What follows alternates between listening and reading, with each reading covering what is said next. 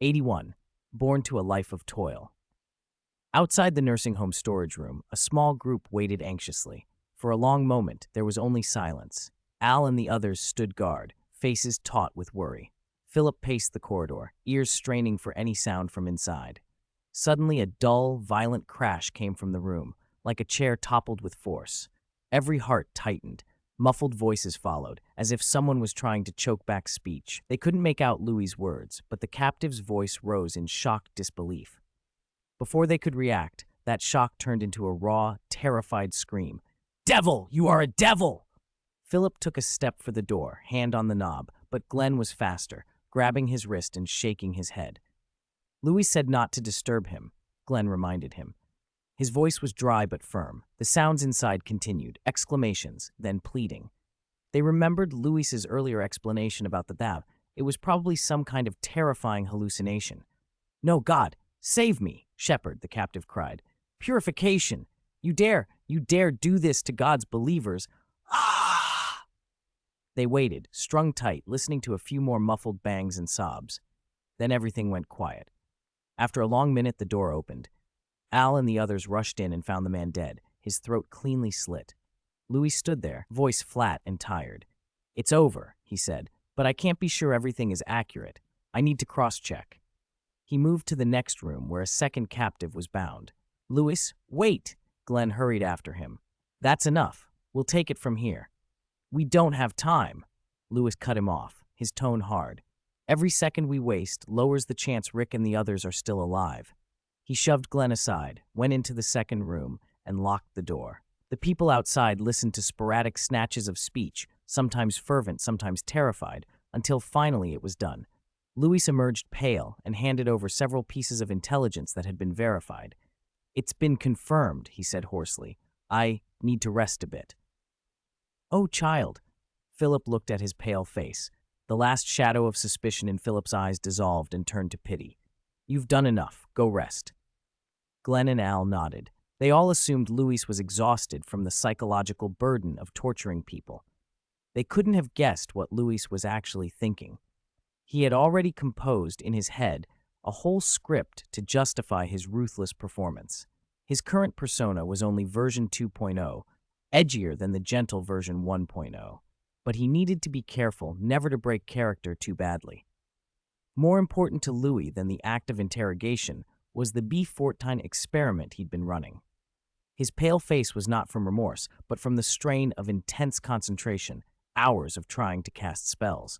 His dream of being a dark arts genius had taken a hit. The spells he'd pinned his hopes on, Crucio, Legilimency, Avada, had not worked as he'd expected. Thanks to a roommate obsessed with an HP mobile game in his previous life, he remembered how to pronounce those ill-advised incantations. The roommate had chanted them daily in the dorm to mimic the game.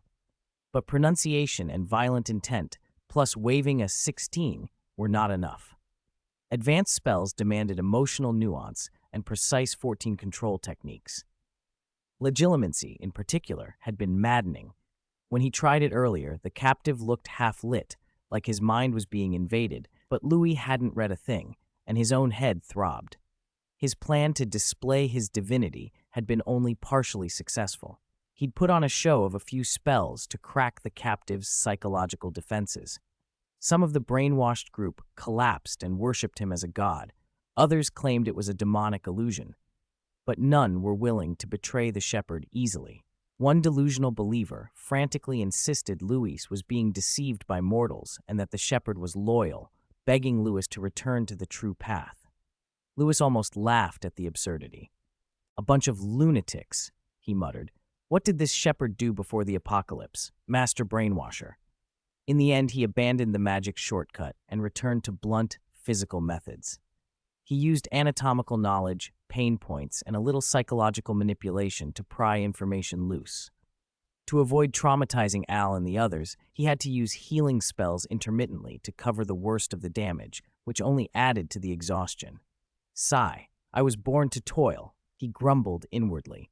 If only Crucio had worked. Though cruel, it would have been easier than manual work. But advanced spells rarely yielded on the first try. What worried him most now was his last experiment. Obliviate. His mind wandered back to the third captive in the storage room, a man who looked sharp but was actually a coward. After Louis's combination of physical intimidation and magical bluster, the man collapsed into cooperation.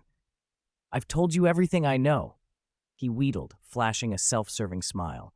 "Child, no lord. I'm useful. I can do anything." He began to grovel, trying to sell himself. "On the highway, there were some fools hoarding medicine. I crushed that woman's hand until it broke to make her hand it over. I can help you sway the shepherd, make him submit to you too." Louis's face tightened in disgust. He finally understood why Al and the others hated these people so much. He wasted no more words. While the man still grinned, Louis brought a baseball bat into intimate contact with his head. "Ah, no!" the captive howled. "Done with the nonsense?" Louis asked coldly. "Now it's my turn." He raised his 16. "Crucio!" The spell struck the captive. The man stilled for half a second. Then his eyes bulged, and he filled the storage room with an ear-splitting scream. Bound to his chair, his body convulsed, eyes rolling in a display that mimicked unbearable agony. Louis watched impassively. After a few seconds, he lowered his 16. The captive's cries cut off abruptly. He sucked in air, a trace of smugness flickering across his face. "Nice acting," Louis said flatly, "but it lacks detail." "What?" "Someone truly hit by Crucio doesn't scream that way." He took tools from the bag on the table and looked at the man's incredulous face with a smile that didn't reach his eyes. "Let me help you correct it." A few minutes later, the room echoed with a much more convincing scream.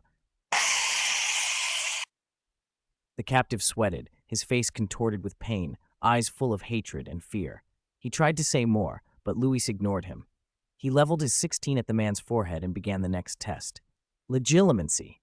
The other man's body jolted violently. He felt as if an icy probe had pierced his brain, rifling through his thoughts. "No, don't come near me. What did you do to me?" he screamed, writhing in terror. This time his panic sounded real. Louis watched the man's reaction closely, frowning. The man was definitely feeling something, but Louis couldn't see any images at all. If the target of legitimacy was experiencing it, why couldn't the caster? Irritated, Louis resorted to brute force. "Ah!" The man screamed again, this one rawer, and then snapped. He began babbling frantically, as if his mind were coming apart. "Why? I'm not lying. I'm telling the truth this time." "I know," Louis said, rising and smiling pleasant and cold. "But you answered too slowly. I'm not pleased." The man's expression froze. The pain and absurdity of the situation left him briefly stunned. He stared into Louis's pale, tall-eyed, impassive eyes and seemed to understand at last what he was up against. All the dodges and flatteries that had kept him alive in the Believer's camp counted for nothing against this golden-haired devil. He might really die here. "Devil!" he thrashed, trying to wrench himself free as the chair creaked under the strain. "You're a devil. You'll rot in hell. The shepherd will purify you. He'll skin you alive." He began to howl curses, half coherent, half mad. The noise grated on Louis's nerves. Why was it still failing? He frowned, forcing himself to concentrate. Experimental time was limited. Failure was to be expected. One last attempt, he decided. He lifted his wand and focused every scrap of mental energy into the spell. Obliviate. The instant the word left him, the man's screaming stopped. An invisible force flipped him in the chair headfirst. He hit the concrete with a sickening crack as the back of his skull slammed the floor. The world went eerily quiet. The man twitched twice and fell unconscious. Louis said, surprised. Wait, what had just happened? He'd cast Obliviate, right? How did the man fly across the room? He stepped forward and checked the man, alive but out cold. Louis prodded him twice with his foot until he stirred. When the man opened his eyes, they were dull and unfocused. "What's your name?" Louis asked, testing. The man blinked up at him, confusion hollowing his face. "Huh? Who am I?" "Who?" Louis fell silent. He looked at the blood on the man's head, at the baseball bat, and the scattering of tools nearby. Had the man simply been beaten stupid by whatever had happened here, or had Obliviate actually wiped his memories? It was hard to say. Of all the other prisoners Louis had tried the technique on, only this one had come away with blank eyes. After a tired moment of thought, Louis concluded roughly, "I suppose I at least understand how to use Obliviate." He raised his wand again, to try the ultimate test. Avada Kedavra! Nothing. A heavy sigh left him. He set the wand away, picked up his handgun instead. In the world of living opponents, a gun and a steady hand were still enough. Inside the factory, a different sort of scene was playing out. Heh, you actually tried to hide food. A mean-faced older woman hauled out the cans Miranda had slipped under her bedding. No, that's not it. Miranda's face went white. I thought these were about to expire. I was worried everyone might get sick, so I didn't hand them in. Expire? The woman snorted. It's the end of the world. Who cares? Food given by God is sacred. She shoved the cans into her pocket with a satisfied glint and glanced at Miranda. You're new here. I'll cover you this time. She patted her pocket. But now they're mine. Okay, thank you. Miranda managed a hesitant, helpless smile. The woman hummed and left, pleased at her prize. Miranda relaxed as soon as the woman disappeared into the corridor. She had blended in, but the brainwashing and surveillance of newcomers went deeper than she had imagined. Questions about Rick and the others were always rebuffed. Newcomers shouldn't ask. Still, the old woman had been careless. Miranda's breath hitched. The cans she carried had been spiked with a syringe before they left the nursing home. Louis had done it. I heard someone say these will cause dizziness and strong hallucinations if eaten, the old woman had told others, which will help our next move. As a newcomer, Miranda couldn't access the main supply lines, but a zealous believer who touched only sacred food would not be monitored as closely. In the other's eyes, the cans were still sealed and safe. She closed her eyes and tried to picture Glenn and Louis. She didn't know how they were faring, but she hoped everything would go according to plan. My lord, a guard said respectfully at the dinner table, is there any problem with today's meal? Unlike the damp, foul prison where the prisoners were kept, this dining room had a carpet, candlelight, and a neat meal laid out. The shepherd set down his fork and wiped his mouth with a napkin. No, he said. It's good. Those new women have useful skills. He remembered something and idly asked, By the way, did you pass my request on to that sinner Merle? The guard bowed his head. Yes, my lord. He resisted at first, but once we locked his younger brother in the isolation cell, he agreed. Good. The shepherd nodded, a calculating gleam in his eye. This group is different from the lost lambs we've had before. He gave a small, almost playful smile. That policeman has a stubborn will. That madman was interesting, and even those two brats aren't easy. Keep a closer watch on them. Don't let any trouble happen before they're fully purified. As you command, my lord.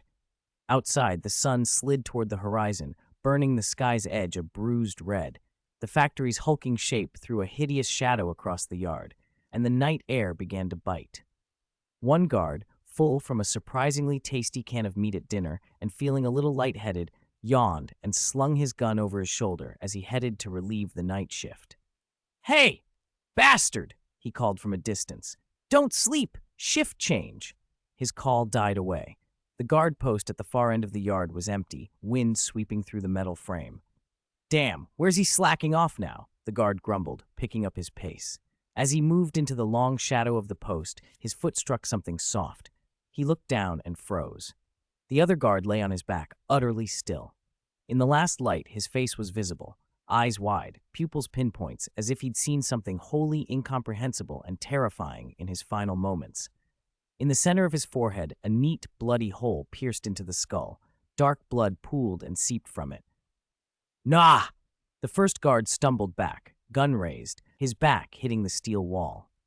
He forced his trembling flashlight to swing across the brick where nothing had been moments before. There, written in something still wet and dark, a line of large characters glowed against the wall. Judgment has arrived. Ah! A piercing scream split the factory silence. Fuck! Scarface Man, leading a patrol through the relocation area, had been halfway down the corridor when he heard it. He frowned and shoved through the workers, moving toward the sentry box. A few of his trusted men followed. At the sentry box, a guard changing shifts lay collapsed on the ground, trembling and sodden with urine, his finger trembling as it pointed at the wall. At his feet was a body, forehead cleanly pierced. Scarface Man's eyes ran past the corpse to the wall, where smeared in dark crimson were the words, Judgment has arrived. Boss, what does this mean? Is this Lord Shepherd? A young guard stammered. Shut up! Scarface Man barked, though a cold, souring dread tightened his chest. He knew the sentry, slack at times, but a careful, hyper-vigilant man. Scarface Man crouched to inspect the wound. It wasn't a sneak attack. The killer had struck from the front. The man hadn't even had a chance to fire a warning shot. How was that possible? He forced the feeling down, calling it enemy psychological warfare. Some piece of trash must have slipped in with those sinners, he said, forcing anger over fear. Don't go running to Lord Shepherd and making a spectacle. Then we should tell him, the young guard said again, panicking. Tell him what? That you pissed yourself because of a few drops of blood? That you couldn't even guard a gate? Scarface Man snapped then, as the panic rose in his throat, forced it back down. He knew this had to be contained before the shepherd heard. He would handle it himself. He flipped off his pistol's safety with a sharp snap. Only our God is real. These are low-life tricks, illusions made by some sinner. He looked over his team. Every man showed fraying nerves. Everyone stay sharp. Seal off this area. Search every inch of this factory. I don't believe that bastard can fly. Yes, sir. They moved deeper into the plant, down a maintenance tunnel that smelled of oil and mildew. Water mixed with rain and grime pooled on the floor. Broken cable hung overhead, occasionally spitting a spark.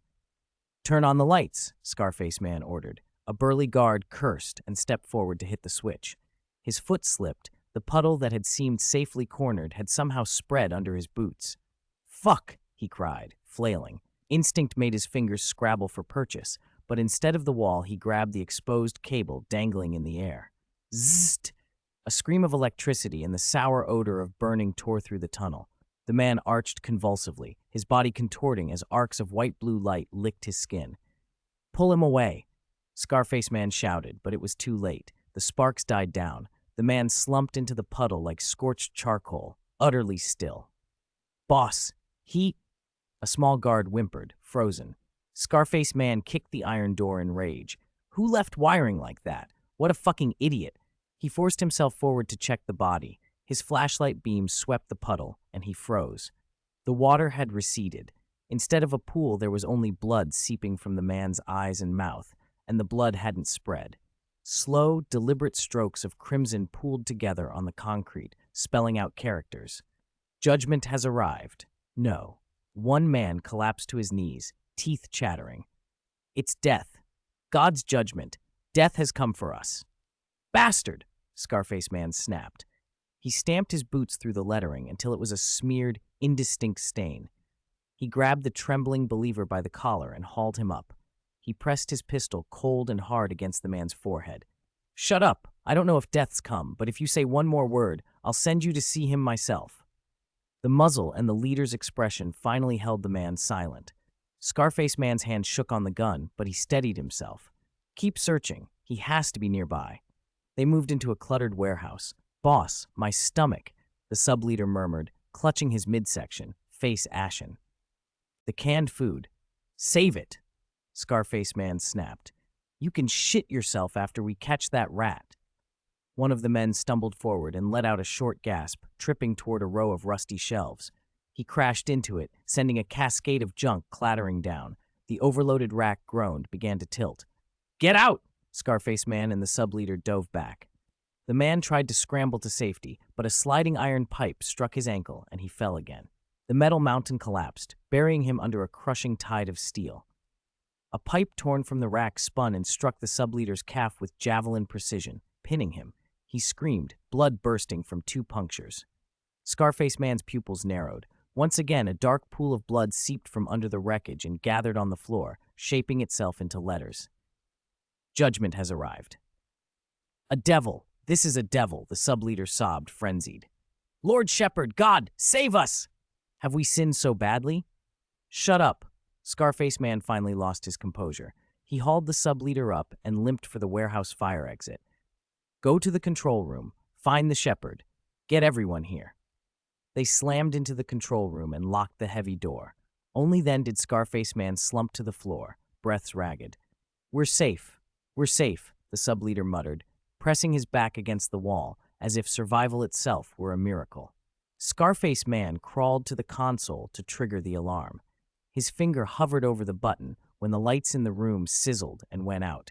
A scalp-tingling tang of burning filled the air. The control panel sparked and flared. The short circuit threw a cascade of embers that ignited a barrel of gasoline someone had left in the corner. Boom! Flames leaped with unnatural speed, licking the walls and sealing the door with heat. Open the door! Open the door! The subleader slammed at the lock, pounding until his fists bled. The fire closed the exit like a wall of orange glass. Scarface Man turned and scrambled for an air vent, crawling through as the heat scalded his back. Behind him, the subleader's face twisted in the red light and warped into a raw, wordless cry as the room became an oven. When Scarface Man tumbled out of another duct, shaking and singed, the remaining believers in the hall had completely unraveled. "We're cursed. God has abandoned us," someone sobbed. "Where is the shepherd? Why hasn't he come to save us?" another wailed. One man, crumpled, eyes hollow, could no longer bear it. He pulled a pistol from his jacket, pressed the barrel to his temple, and cried, "I've had enough! I'm innocent! I'm going to see God!" He closed his eyes and pulled the trigger.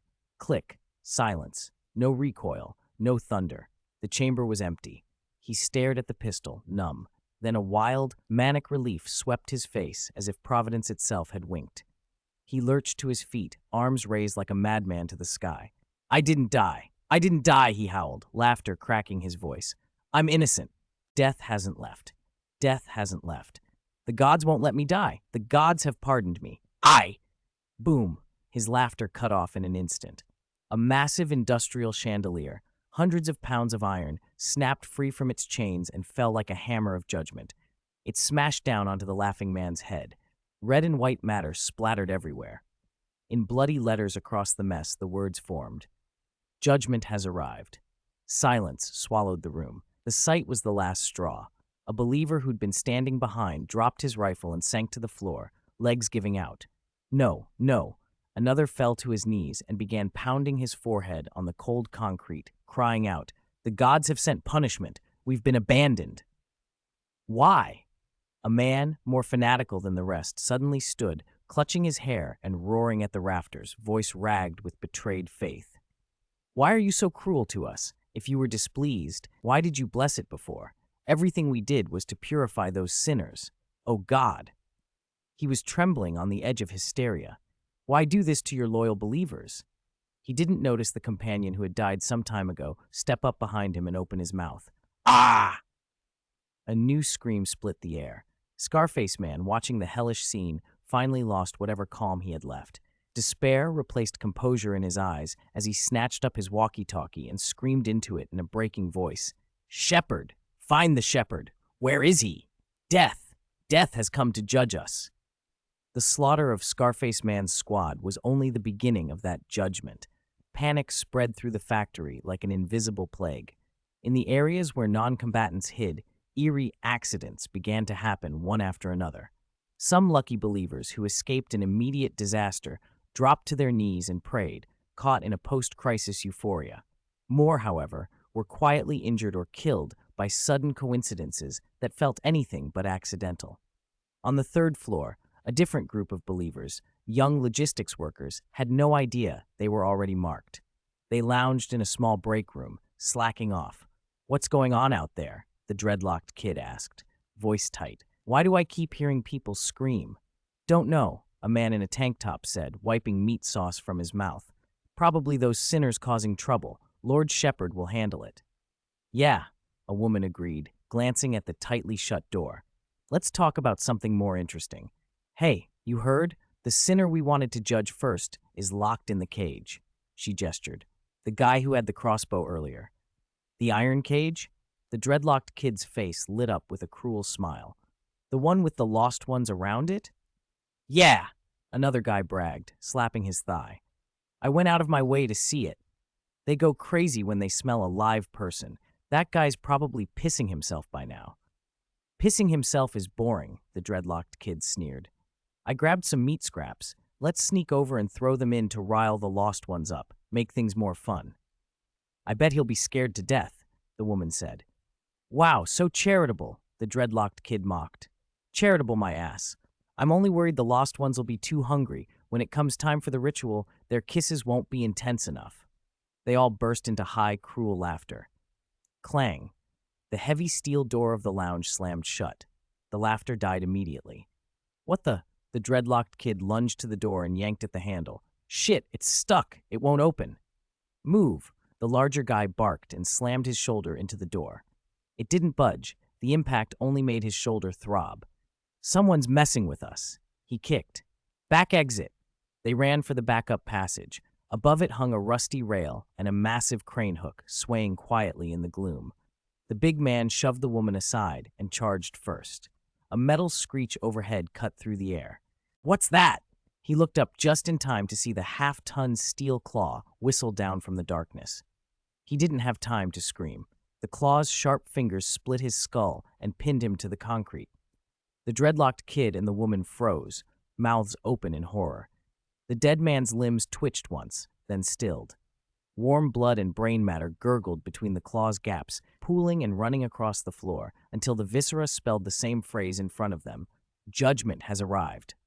No, the woman shrieked. Stop screaming. Let's go. The dreadlocked kid hauled her up and they fled, heads low, toward another route. There's a freight elevator, he shouted. They sprinted to the elevator and pounded the call button like maniacs. The iron grate scraped open.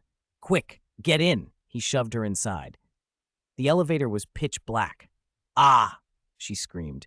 But before she could find a switch, her foot stepped into empty air. The elevator shaft yawned below. There was no floor. The sudden weightless drop sent her fingers scrabbling for the doorframe.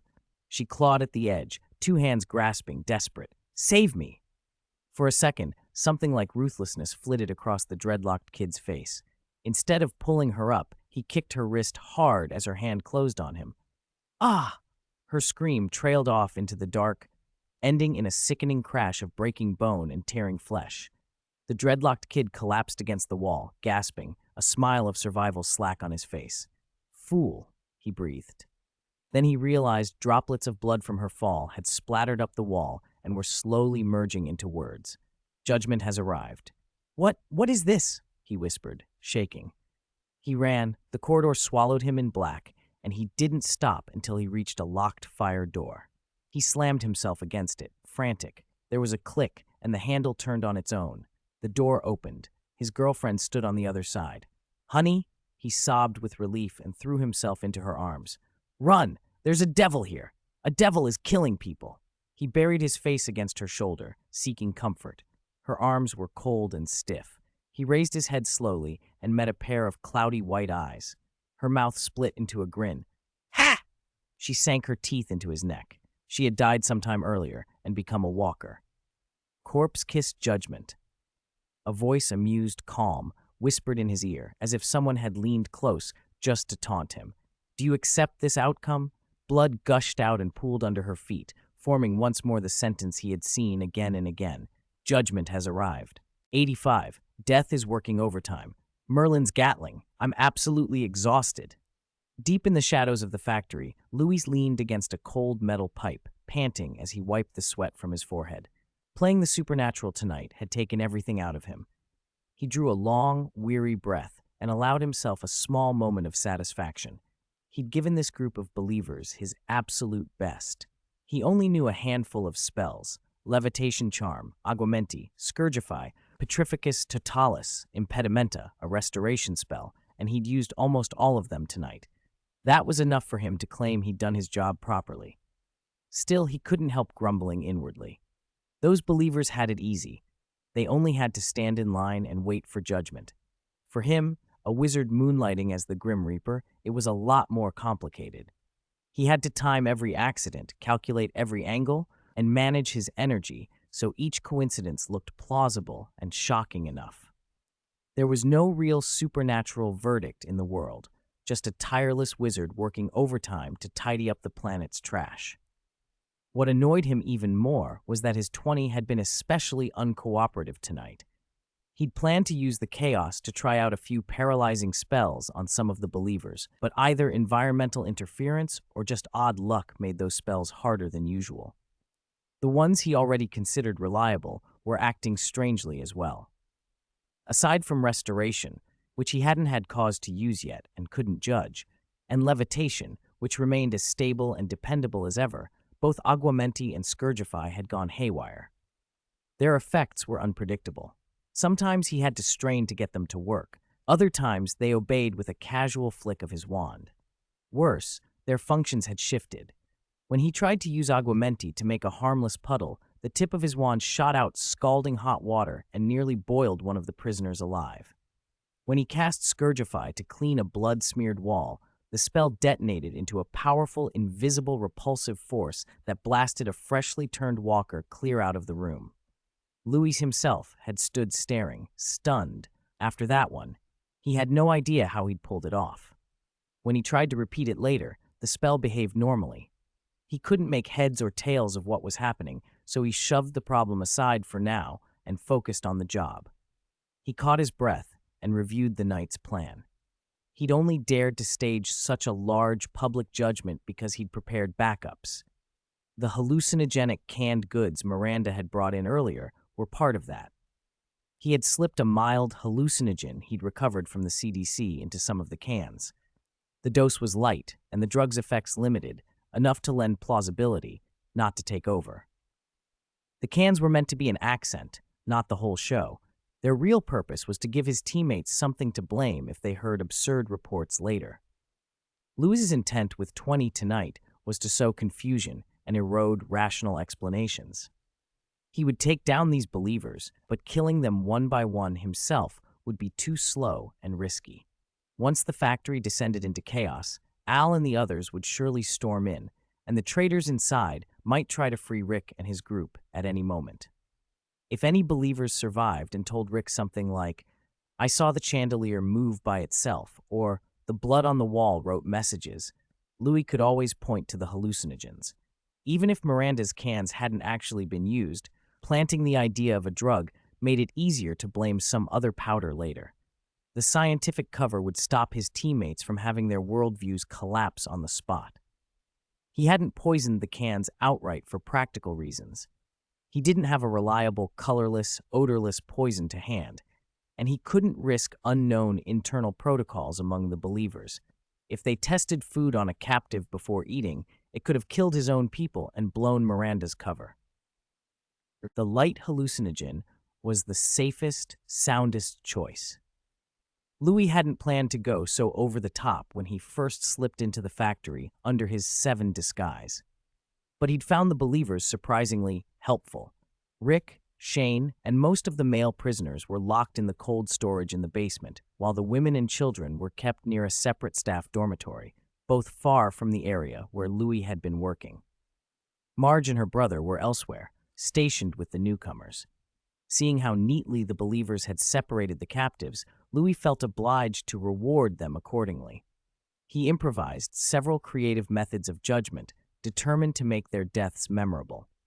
During the operation, besides administering death, Louis had also gleaned useful intelligence from panicked guards. That information was the real reason he'd been so ruthless tonight. For example, the rumors about that Zero sickened him.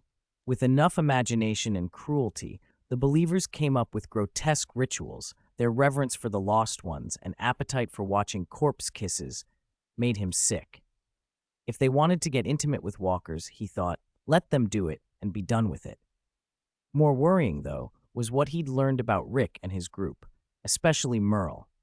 Merle had confronted a walker directly and cut himself on glass smeared with walker blood. He'd nearly been bitten. When Louis heard that, his heart had skipped a beat. Fortunately, Merle had been cut, not bitten, so he was still alive, but that didn't mean he was safe. Louis thought back to the CDC reports he'd read. The rules of the world's plague were unforgiving. First, everyone was already infected. The virus lay dormant in every living person. While someone remained alive, it stayed harmlessly latent. But if a person died for any reason, gunshot, illness, heart attack, and their brain was left intact, that dormant virus would activate and the dead would rise as walkers. The second rule was that being bitten by a walker was 100% fatal. It sounded redundant, but the CDC explained that a walker's bite didn't so much transmit the main virus as an activator. A bite could slowly trigger the dormant virus already inside a living person, pushing them toward the same inevitable fate. Death was still working overtime. A walker's mouth was, in effect, a rotting syringe packed with aggressive pathogens and lethal bacteria. When it bit someone, those organisms could trigger uncontrollable sepsis and high fever, ravaging the immune system and leading to death. The usual sequence was simple. A person was bitten, lethal septic agents entered the wound, the victim succumbed to infection and fever, and at death the latent virus in their body reactivated and they rose again as a walker. In rare cases, someone might survive the initial infection, but the virus would already be activated, producing an agonizing, slow transformation. That was why some people turned within hours of a bite, while others held out for days. Merle's case, however, was different. According to CDC data, while a walker's blood and organs were filthy and dangerous, they didn't carry the same 100% lethal, pre-activated pathogens delivered by a bite. Merle's biggest immediate threats were ordinary wound infection and tetanus. He wasn't likely to turn simply from contact with walker blood. Still, it had been a dangerously close call. Louis shook his head and pushed the thought away. He had one more piece of confirmation from the panic calls of the believers. Merle's resistance during the trial had made the shepherd and his followers excessively careful. To keep Merle under control, they had actually locked Daryl alone in the confession room, an iron cage surrounded by walkers. "Good news," Louis murmured while he listened to the recordings. "He's still alive. Bad news. Those bastards broke one of Daryl's legs to make Merle obey." "The shepherd," Louis let out a cold little laugh. "Since you're so pious, I'm sure you'd be happy to offer yourself up for your faith." On the other side of the factory, in the employee dorms where the newcomers were being held, panic had a different sound. Shane, Marge's younger brother, peered through a crack in the door, his scholarly face drained of color. The hallway beyond was chaos. Guards running, shouting, terror plain on their faces. "Marge," he stammered. "Outside. What's going on out there? Aren't we supposed to go to prayer today?" Marge didn't answer. She watched the woman beside her, Miranda, with a look that mixed shock and accusation. The two had made contact in the confusion and had agreed only on seeking cooperation. Neither had revealed everything. What they were seeing now was beyond a riot. "Is this your doing?" Marge said at last, voice low and hard. Miranda's face was pale. She hadn't expected Louis's intervention to be so immediate and devastating. Fighting to keep her composure, she admitted, I did put a powerful hallucinogenic in some of the canned food I brought. It can drive people mad." She glanced at Marge and added, "But this, what you're seeing out there, looks like our people used the confusion to infiltrate." Marge's pupils narrowed. She'd underestimated the strength of the allies hidden outside. Seeing the guards' faces and the spreading panic, she felt a chill, followed by an exhilaration that removed the last of her hesitation. She had assumed Rick's group were merely unlucky victims of the believers. She hadn't realized they had such a dangerous ace. "Nicely done," she said. Then she moved decisively. She yanked open a locker, grabbed several guns, shoved a pistol into Shane's hand. Her voice was resolute. "Forget the prayer. We move today. Now, go find the keys." They sprang into action. The factory descended further into bedlam. Screams, gunfire, the low growls of walkers, and the frantic curses of the living braided into a single terrifying sound.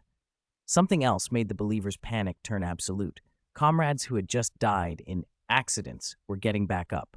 At this point, most of them still clung to the old notion that only a bite produced the change. These victims had not been bitten, yet they rose anyway. "He stood up. He wasn't bitten," someone shrieked. "It's a curse. It's a curse. Death's punishing us. We're all cursed." That kind of fear broke whatever fragile cohesion the believers had left. Some opened fire on their newly turned companions. Others, in blind desperation, turned on the living around them. From the ventilation ducts high above, Louis watched the massacre unfold. He was expressionless as believers killed believers.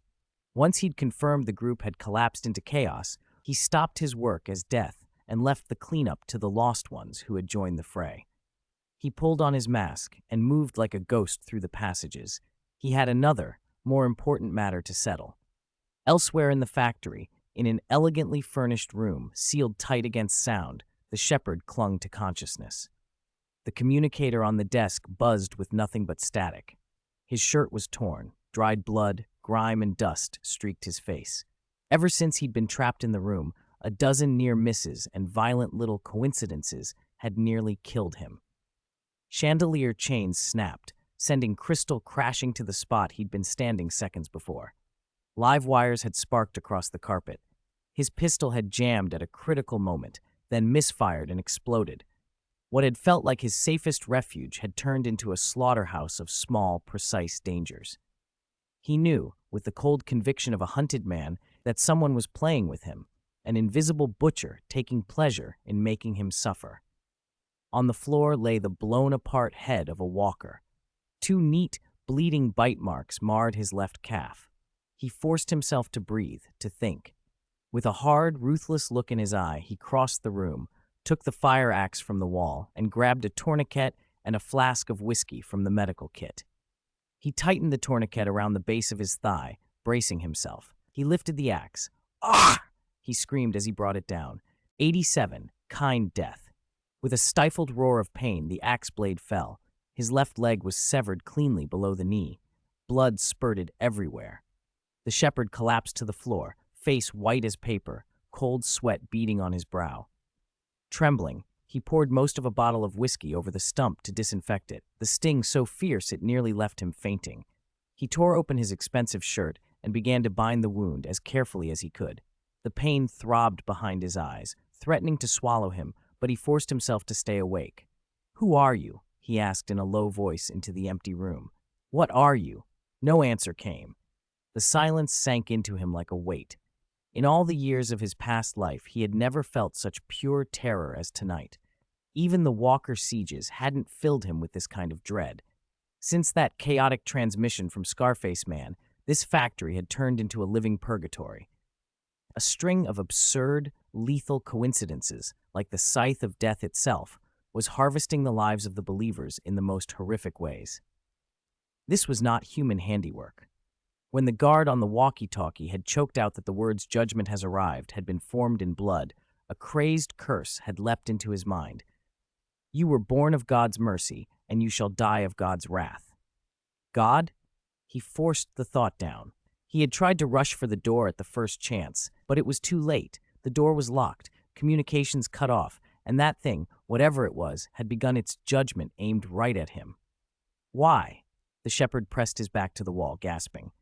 He tried a tone of pious pleading. "Why do you descend such thunderous wrath?" Only the smear of blood on the wall, "Judgment has arrived," under the dim light answered him, proof that none of this was a hallucination. The shepherd drew a long breath. "I do not know who you are, my lord." He wiped his face. Blood and sweat mingled on his skin, but he kept up a fragile dignity. But even the lowliest accused should have a chance to defend himself before the final verdict. He paused, measuring the unseen presence he addressed. "Perhaps you are displeased with our power to judge others, or perhaps you think we have defiled God's name." He rasped as he spoke, pain shaking his voice, but he kept on, sincere. "Maybe you think we are executioners, but at the beginning of the disaster, I saw men go mad, soldiers who, for a few cans, killed a supermarket owner who had tried to help them. They butchered him, lost all reason, and wanted to wipe out everyone left alive in the market." A trace of compassion softened his features. "I stopped them. I gave them a reason to live. Later, I took in the homeless elderly, sheltered the children who had lost their parents. I helped them find food. I gave them faith." He looked down at his mangled left leg and then at the smashed head of the walker nearby. "Maybe we're not perfect, but this is the apocalypse. Who can promise that people will keep the rules from before it started?" "My lord," he said, folding his suffering into his doctrine, "I am willing to endure the punishment you have bestowed." He forced a pale smile through the pain. "I think I have already accepted judgment and paid for my sins with this leg. According to the doctrine, I am innocent. I beg your forgiveness." Blood loss and agony finally took their toll. His head drooped to the side and he blacked out. When he came to again, a sharper pain shot through him. He opened his eyes to find himself still lying in blood. The stump of his left leg burned, but that was not the only fresh hurt. He lowered his gaze and found a clear, still bleeding bite mark on his right ankle. And at the far end of the room, another walker head twitched. His breath stopped for half a second. While he had been unconscious, That thing had come back. Rage flamed in his chest so hot his ears rang, but he snuffed it down. He knew he was no match for whatever watched him. He must not show it that he feared. He did not scream or curse. Resentment flickered in his eyes only briefly before a colder reason took over. He fumbled for the dagger embedded in the first walker's skull, crawled over on his belly with agonized effort, and ended the second head's movement. Then he dragged himself back to the corner, gripped the axe, and aimed it at his right leg. Another amputation. The pain and blood loss nearly threw him into shock, but he clenched every muscle and stayed conscious. He could not allow himself to faint. With shaking hands, he bandaged the new stump and pressed his back to the wall, forcing his emotions down. When he opened his eyes, they held a near-distorted sincerity. "If this is your judgment," he said hoarsely, "I accept it. I repent." "Yes," he confessed, voice raw from pain. "I admit I misled people before. But I swear it was never my intention. The man in the supermarket was killed by soldiers who had gone mad. They had lost all reason. If I hadn't told them, 'You are innocent. The guilty one is the owner.'" He gripped the words as if they were a shield. "If I hadn't done that, everyone else in the market would have been killed. I had no choice." Cold sweat beaded on his temples and mixed with the dried blood on his face as he forced himself on. Those people later took that rhetoric to heart and used it to justify plundering. I couldn't stop it." To atone, he said, trying to make his defense sound sincere. "I've taken in innocent people. I've tried to make amends."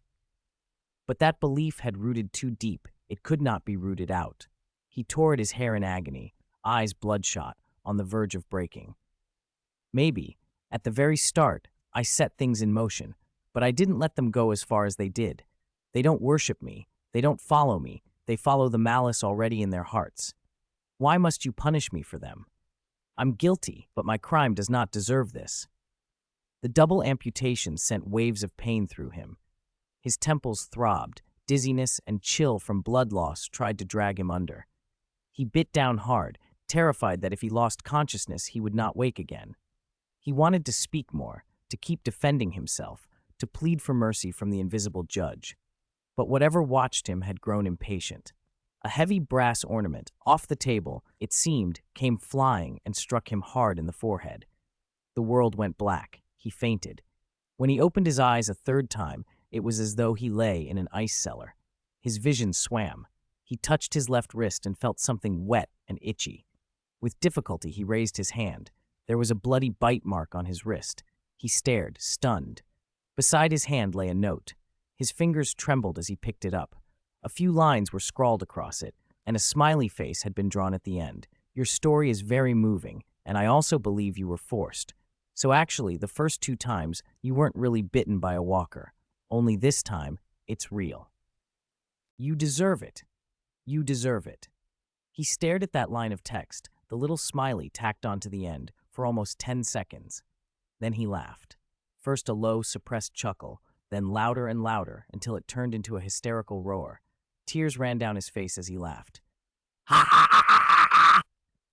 He laughed until the sound dissolved and the roaring gave way to low, broken sobs. The crying stopped as abruptly as it had begun. He raised his head slowly. Whatever collapse had been on his face receded like a tide, leaving a hard, terrifying calm. "I don't know who you are," he said in a raspy but steady voice. "My lord. Whether you're a god or a devil, it doesn't matter anymore." He looked down at the teeth marks on his wrist. His Adam's apple bobbed as if he were forcing down some surge of feeling. "You didn't kill me outright," he said, a shrewd light flaring in his eyes. "You're torturing me, showing me your power. It must be because," he licked his cracked lips, "I'm still useful, right?" He wasn't begging so much as bargaining now, spending whatever dignity he had left like chips on a desperate negotiation. "I can help you." His voice grew organized, practiced. "I can see into people's hearts. I can control them. If I can build such a massive organization, I could build an even larger empire for you." He began to lay out his value in detail. "If you need faith," fanaticism lit his eyes for a moment. "I'm the best priest. I can take tonight's power, these miracles, and turn them into scripture. I can make thousands of survivors kneel before you, enshrining you as the only god of the apocalypse." If you need sacrifices, his voice dropped and the malice showed. I know this land. I know where the sinners hide and where the lambs graze. I can find them and make them walk willingly to the altar. If you need order, he continued, I can manage those mortals for you. I can be the herald of your whispers, the extension of your will, the blade you use to punish the world. He glanced at his mangled body, and a strange smile twisted his face. You can take our lives silently and invisibly. I imagine you have the means to heal me or bind me when you wish.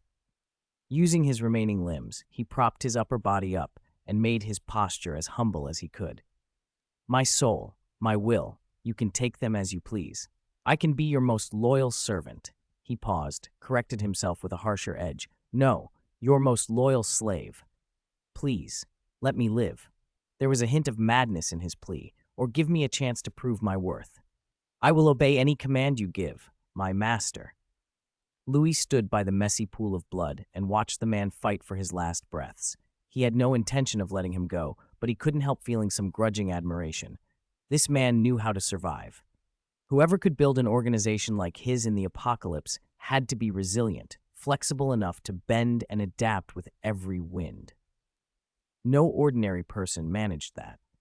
Louis had tailored the highest spec Reaper package specifically for the Shepherd. He'd engineered a string of accidents to wipe out the man's guards, trapped him in this room, let him taste death a dozen times, and planned to use him as an experimental subject, letting a walker bite him at the exact moment he thought he might escape. Louis had expected despair, fevered prayer, or a breakdown. Instead, the man had been decisive. Without hesitation, he had chopped off his own leg. Louis had been incredulous, the man who had preached piety and fire and brimstone suddenly performing crude, gruesome self-surgery. Was this the same leader who had spent his days spouting sanctimony? Now that the Reaper had come knocking, he'd only lasted a few items before giving up. Louis had been determined to follow the plan through. He waited while the man bandaged himself and theatrically fainted, then went out to collect a second walker head to complete the next part of the performance. When the Shepherd still didn't break, when he cut off the other leg as well, Louis sighed inwardly.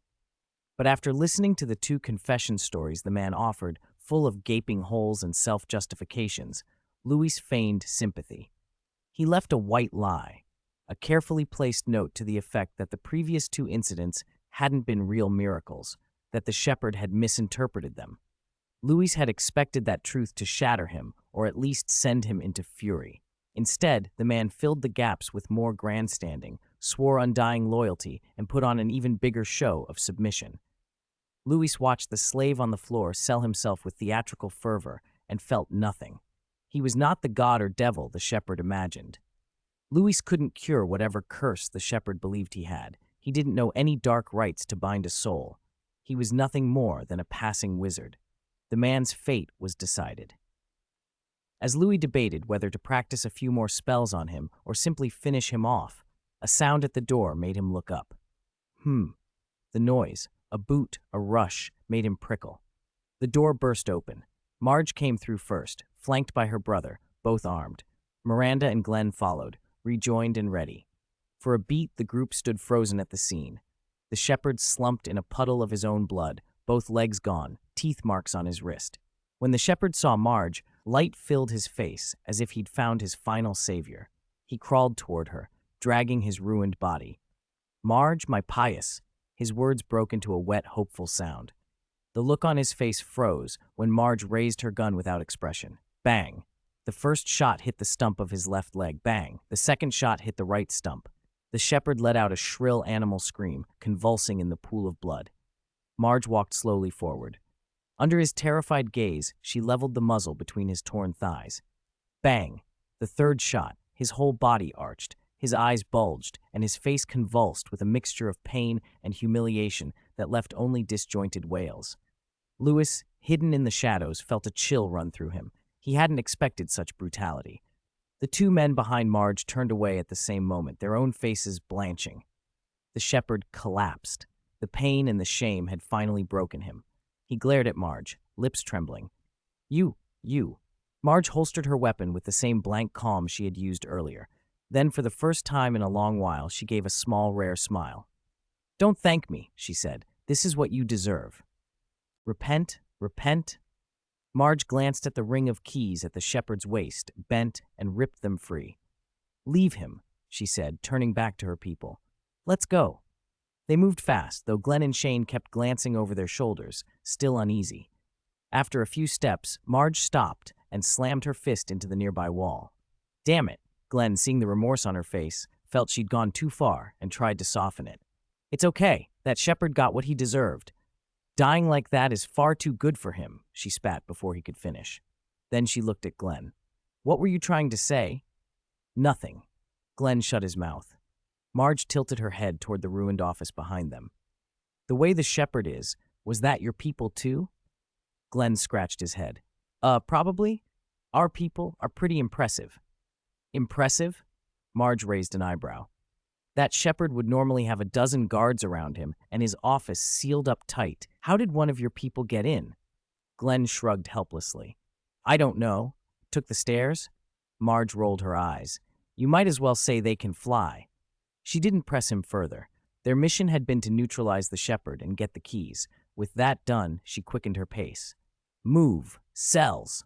Once their figures disappeared into the corridor, Louis stepped from the shadows. He looked down at the shepherd, twitching, ruined. To be fair, the man had talent. He'd stayed calm under excruciating pain, weighing his options, bargaining, an eloquence and shrewdness beyond most.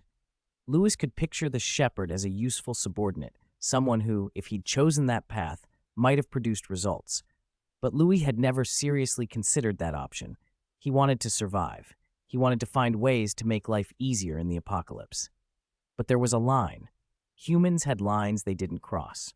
If he could stand by and watch someone weaponize faith to massacre others under the cloak of judgment and purification, if he could become that thing himself, he'd rather be dead. Practically, too, he had no way to truly bind a fanatic like this one. He didn't possess Imperio, Legilimency, or the Unbreakable Vow, spells that could seize a man's will. Until he could control a heart for real, he refused to be satisfied with a mere verbal submission. Time's up, he muttered. The shepherd's eyes flicked toward the sound, full of hatred and fear. I hope you're satisfied with the end you chose. Through the fog of pain and blood, the man thought he heard the voice of a child. He tried to open his eyes wide one last time, to see who or what had brought this down, and if it was God's judgment, to see God's face before he died. He never got the chance.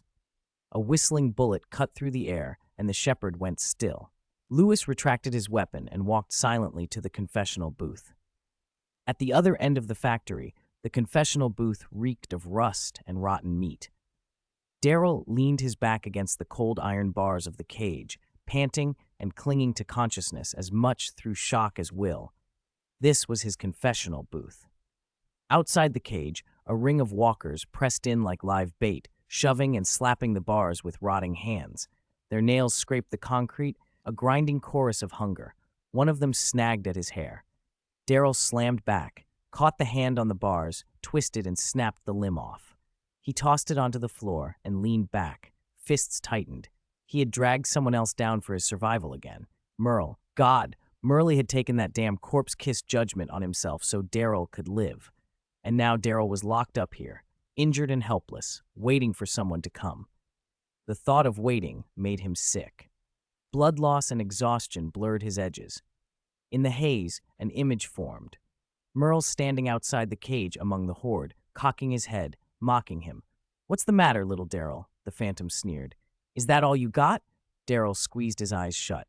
I paid a hell of a price so you could live, the phantom went on, bitter. But what are you doing now? Lying down for a nap like a used condom. You should repent, little brother. The voice leaned close, low as a whisper in the dark. You dragged me down again, like you always do. To those people, you're just a freak, a dirt-covered redneck. No one cares if you live or die except me. One day, they'll kick you to the curb like dog shit. Shut the hell up, Daryl snapped, snapping his eyes open. Or what?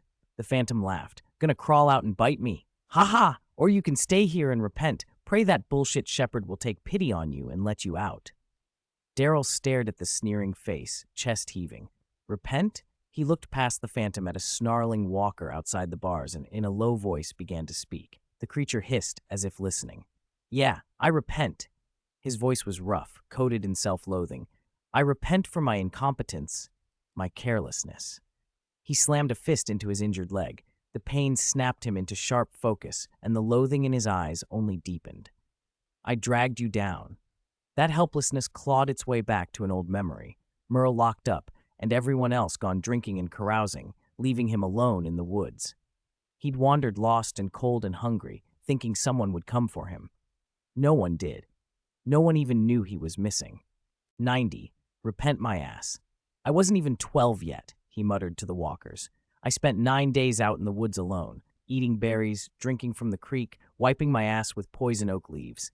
The thing snarled, its rotting fingers clawing at the air. A phantom of Merle jabbered on in his head. "I guess you survived? Huh?" "I fucking walked out on my own."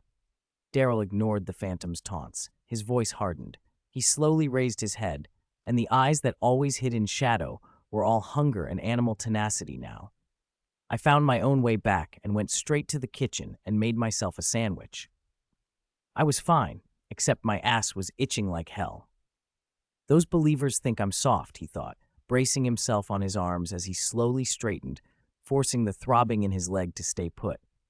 "They think if they toss me in here, I'll just wait to die like a lamb. They're wrong." Daryl's jaw tightened. His gaze was a blade drawn in the dark. "I'm the hunter." He looked at the arm of rot slumped nearby, still twitching as if it wanted to chatter. "Repentance." He drove a fist into the floor. Cold anger flashed in his eyes. "Repentance, my ass!" From somewhere deep in the factory came faint commotion. Since they locked him up, he'd been listening for the movement at the door. At first, there had only been the guard's footsteps and the occasional shout. Then the silence cracked, muffled screams, a handful of distant gunshots. Daryl hadn't moved at once. He grabbed the bars and made noise on purpose a couple of times. The first 2 times he got impatient curses and warnings from down the corridor. Then he took a breath, seized the iron cage bars, and shook them as hard as he could. Clang! Clang! Clang! The harsh ring of metal on metal echoed through the repentance room. Outside, the growls of the dead only grew more frenzied. There were no guard shouts this time. Daryl's expression shifted. He didn't know exactly what was happening out there, but he knew instinctively this was his moment. He scanned the cell. Weapons, of course the believers had taken everything. Then a memory from Atlanta slid into his head. A gullible guy named Lewis, a fishing trap idea, an alarm clock outside a window, the bait. His eyes landed on the battered wall clock set high behind him, and a desperate plan snapped into place. He tore the hem of his shirt free and rolled it into a tight strip. He bit down on another scrap of cloth and pried at the wound in his leg. Fuck! Pain hit him hard. His world dimmed around the edges, but he gritted his teeth and opened the wound wider. Fresh blood welled up. He grabbed the severed arm he'd earlier torn off a walker and smeared his warm blood over it, letting the scent of living flesh mask decay. He wrapped the wound with the rolled cloth and then shook the bloody bait in front of the bars. Gathering every ounce of strength, he hurled it through the gap at the top of the cage toward the far corner of the room. The bait, slick with fresh blood, was like a stone dropped in a lake. Most of the walkers nearby surged toward it. Taking advantage of the chaos, Daryl used his back and his good leg to shove the rickety cage. Clang! Clang! Clang! He slammed it against the wall again and again until an old wall clock came loose and toppled onto the top of the cage. He reached up through the pane, broke the glass with his fist, and fumbled out the 2 metal hands. He gripped the longer minute hand like a dagger. "Come on," he growled at the things that had been feeding. "You bastards!" He pressed his bleeding palm to the bars, scenting the air with blood like the most potent bait. A walker roared and shoved its head and arms through the gap. Daryl's eyes were cold. As it reached for him, he lunged with the clock hand. Pfft. The metal sank into the creature's eye socket and buried itself into brain. It slumped. What was meant to trap him had become his shield.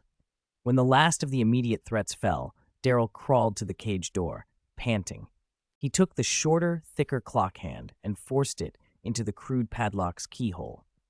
Using the metal as a lever, he pried down with everything he had. Clang! the shackle snapped. He pushed the door and hauled his heavy body out, limping, intending to find a place to dress the wound. He didn't see the thing moving under the heap of bodies he'd used as bait. A smaller, scrunched-up walker had been pinned beneath taller ones and couldn't push to the front in the dark. The faint moonlight from the small window missed it. Now, roused by the fresh scent of blood, it began to crawl out, slow and blind. Daryl crouched, head bent over his leg, when the small walker lunged and clamped onto his injured calf. "What?" He yanked, lost his balance, and went sprawling. He looked back, pupils pinpricked. He kicked the thing in the face with his good leg, knocking it away, but it didn't give up. It vaulted forward with a screaming snarl, jaws opening for his neck.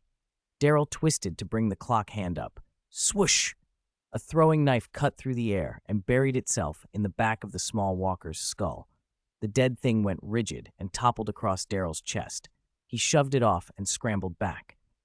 A figure dropped silently from the ventilation duct above and landed with a thump. "Hi."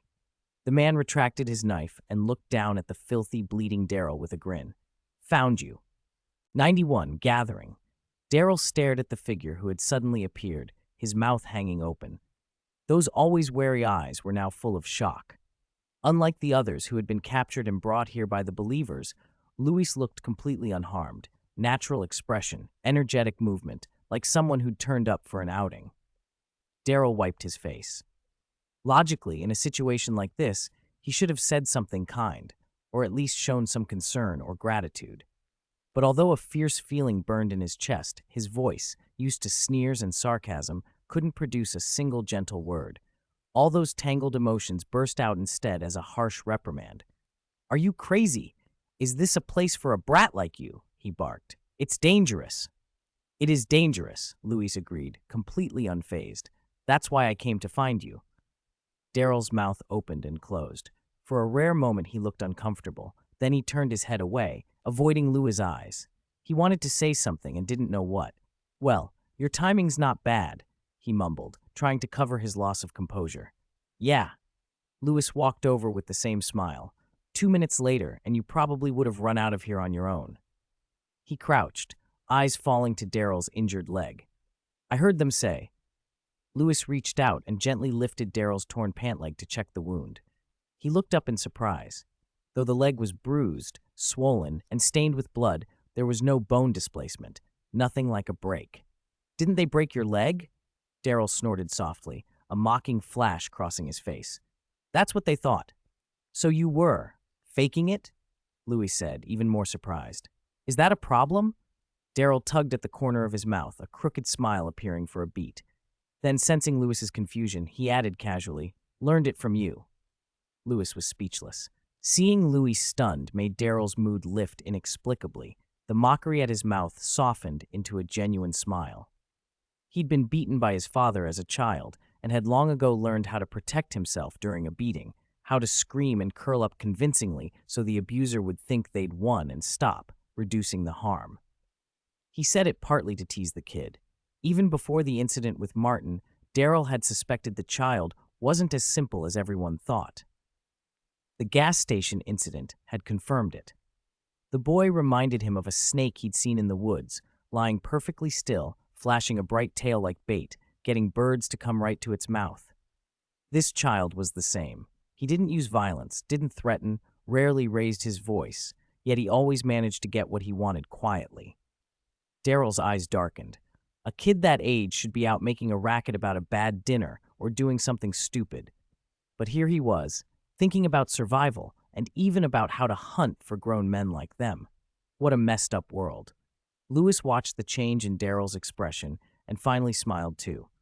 "All right," he said, standing and brushing dust off his hands. "Since you learned it from me, you gonna pay tuition?" "You'd better just lead the way," Daryl said, bracing himself against the wall as he shoved to his feet. "If we don't get out now, my dumbass brother's probably going to get played to death." "No problem," Louis nodded, pulling clean bandages and a small bottle of disinfectant from his pack and tossing them to Daryl. "Patch yourself up first. I'll be back in a minute."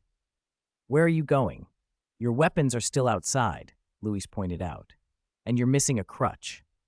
Meanwhile, in the Believers' underground area, the sounds of chaos from above, piercing screams, sporadic gunfire, and the crash of falling debris had been echoing for a long time.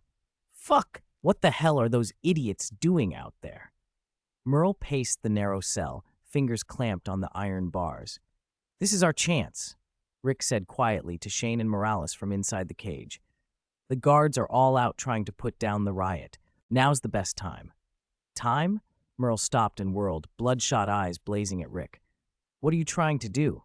Find a way out. Rick met his glare calmly. We can't just sit here and wait to die. Merle laughed coldly. Get out? Then what? Lead that pack of mad dogs right to my kid and get him killed? They took Daryl. Merle lunged at the bars, growling. That asshole shepherd said if I move, he'll send Daryl to repent in hell. Rick felt the weight of Merle's fear. Merle, calm down, Shane said, frowning but patient. Do you think if you keep quiet, they'll let Daryl go? They'll just use Daryl to control you for the rest of your life, until you both have no value left. Shane's right, Morales added quietly. They hurt Daryl's leg. In this apocalypse, how long do you think they'll keep an injured man around? Our only chance to save him and get out is to break out now. Merle was breathing hard, torn between logic and the need to protect his brother. Rick stepped to the bars and looked straight into his eyes. I gave you my word, Rick said slowly. I swear I'll get him out safely, like he's my own brother. Even if it fails this time, Rick went on, his blue eyes steady in the dim light. Even if we don't make it out, I won't let Daryl die before I do. But if you stop us now, Rick's voice went cold, we all die here, and Daryl won't survive. Merle wavered, still torn. Just then, 2 guards, hearing the argument, came over cursing. What the hell are you yelling about? Haven't you had enough of the rebellious talk yet? Rick didn't look at Merle again. He only glanced at T-Dog and Morgan and gave a signal. Morgan stared at his hands, his face raw with pain, but when he thought of what had happened to his wife and son, a murderous look flared in his eyes, and every shred of guilt vanished. He stepped forward, leaning on the bars, and pleaded, Officer, please, my son, is he okay? I just want to know. The guard, amused by his weakness, scoffed and jabbed Morgan's chest with a nightstick. What? Missing your boy? Begging ain't gonna help now. The guard leaned in, and in an instant the pleading in Morgan's face snapped into fury. Stay away from my family. He grabbed the man's hand and yanked it forward, his other hand reaching through the bars to seize the guard's collar and slam the man's head hard against the cold steel. Clang.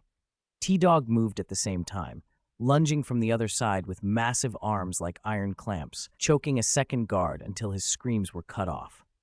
Everything happened in a blur. Morgan, like a cornered beast, ignored the man's futile struggles and kept smashing his head into the bars until he went limp. Merle watched the bloody scene and knew there was no choice. T-Dog and Morgan hauled the bodies out from beyond the bars and stripped the guards of their weapons and ammo. Merle glared at Rick.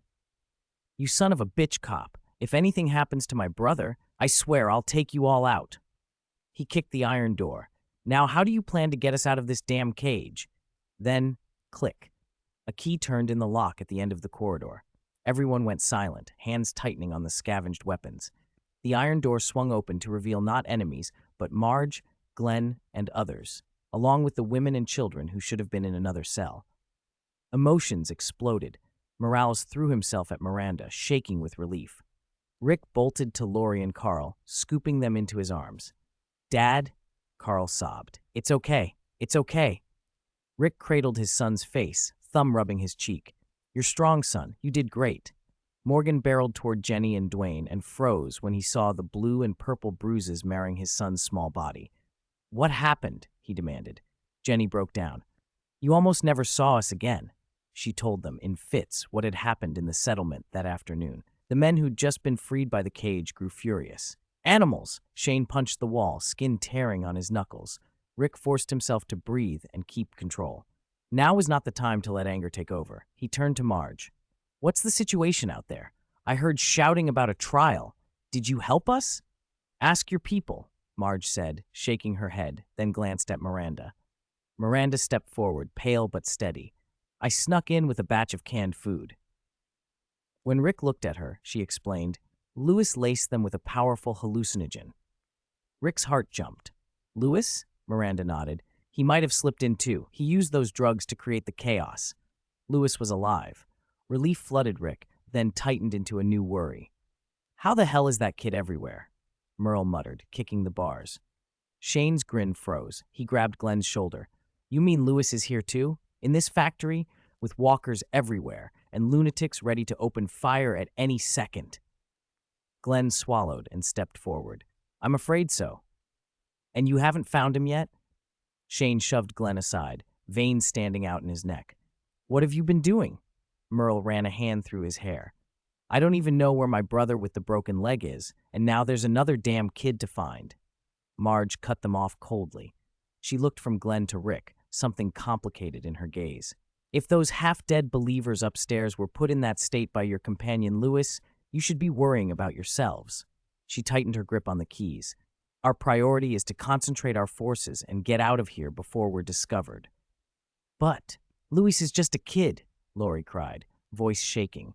Marge met her seriously. That Scout Martin you met was just a kid too. Don't underestimate anyone. Shane had no answer. Carol, who had been holding back, stepped forward at last, voice trembling. Miranda, what about Sophia and the others? Miranda squeezed her hand and offered what comfort she could. They're fine. Sophia and my children, Dale, Andrea, everyone's okay. We're staying at Miss Marge's father's farm for now. It's safe. Rick nodded, looking at his frightened wife and son, then thinking of the boy out in this hellish factory, the blue eyes now cold and full of deadly intent. He turned to the companions who had just been given their freedom, seeing the same fire in their faces. We make those believers pay, he said. 93, reunion. But before revenge, Rick said, forcing himself to stay calm, we have more important things to do. He scanned the group, taking in every anxious face. We need to find Louis and Daryl first. The factory had descended into chaos, gunshots, screams, and the roars of walkers rising and falling in waves. No one is safe out there. Rick's jaw tightened. Daryl's hurt, and Lewis is just a kid. We can't leave them in the middle of this mob of lunatics and monsters. No shit, Merle spat. Once I find those two unlucky bastards, I'm going to skin every damn believer alive. Give it a rest, a slightly hoarse voice called from the shadowed stairwell. If I'd waited for you lot to finish talking, I'd probably be a cold corpse by now. Everyone turned. Daryl was limping down the stairs, propped on an iron pipe. Beside him, a familiar blond boy popped his head out and waved, a calm smile on his face. Heavy footsteps followed. Al and Philip led several fully armed people from the nursing home into the corridor. Lewis, Carl and Dwayne yelled, sprinting over and nearly tackling the boy. Wait. Marge and her brother Shane watched the scene, eyes widening as if they were seeing something impossible. Which one did they say is Lewis? Marge asked, grabbing Glenn's arm and pointing at the blonde kid surrounded by children. The good-looking one? Glenn nodded. Yeah. Marge fell silent. She had pictured a ruthless, hard-faced teenager capable of going toe-to-toe with the fanatical believers, someone at least 17 or 18. But this boy looked barely into his teens, innocent and obedient, nothing like the dull-eyed kids she'd seen on the shepherd's side. You guys couldn't have made a mistake, right? She asked, rubbing her temples. Luis is a genius, Glenn said with an easy shrug. You'll get used to him. Merle, meanwhile, was staring at his limping brother. The usual fierceness in his eyes softened for a rare second. He opened his mouth like he might say something sentimental, but it came out as a sneer. Yo, if it isn't our hunter. He looked Daryl up and down. I figured walkers would have chewed you to the bone by now. I was just about to collect your corpse. Screw you, Daryl said coldly. I'm not a brainless idiot like you, running off to kiss the lost ones. They traded barbs, but when their eyes met, there was a mutual, wordless relief, both knowing the other had made it through. Morales stepped closer, eyeing the newcomers. Who are these people? They're from the nursing home, Glenn explained. We called for backup. We thought you might not make it out in time. Rick felt a warmth at the sight of the armed, determined faces before him. Thank you, he said sincerely. Al stepped forward and waved Rick off. No need to thank me. If anyone deserves it, it's your kid and Glenn. They did us a favor back there. We've been fed up with the believers for a long time, one of Al's companions added. If they hadn't taken out that believer squad, today wouldn't have gone as smoothly. He nodded to the people lined up behind him. We were waiting outside.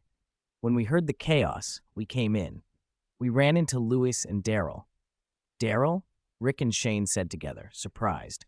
Merle muttered, watching the blonde boy. Does this kid have some kind of built-in radar? How does he always find people when things go sideways? It's uncanny. Louise had just been about to explain what happened when Jenny pushed through the crowd and hugged him hard, her eyes red. She didn't say a word at first. "Thank you, kid," she whispered, then looked at Dwayne. Though injured, he stood straighter than she'd ever seen him. Jenny's voice shook. "Dwayne told me everything. You saved him. If it wasn't for that weapon you gave him." Louis shook his head, a little surprised. He'd heard about the relocation area incident on the way over, but hadn't expected Jenny to put it that way. "No, Auntie Jenny," he corrected seriously. "I only lent him a tool." He looked at Dwayne. The once timid boy stood with his shoulders back. In that desperate moment, the one who swung that weapon was him. Louis smiled. "Dwayne saved himself. He's braver than any of us guessed." Jenny smiled and smoothed his hair. "You're right, kid, but you're brave too." After she let go, Lori and Rick edged close to check him over.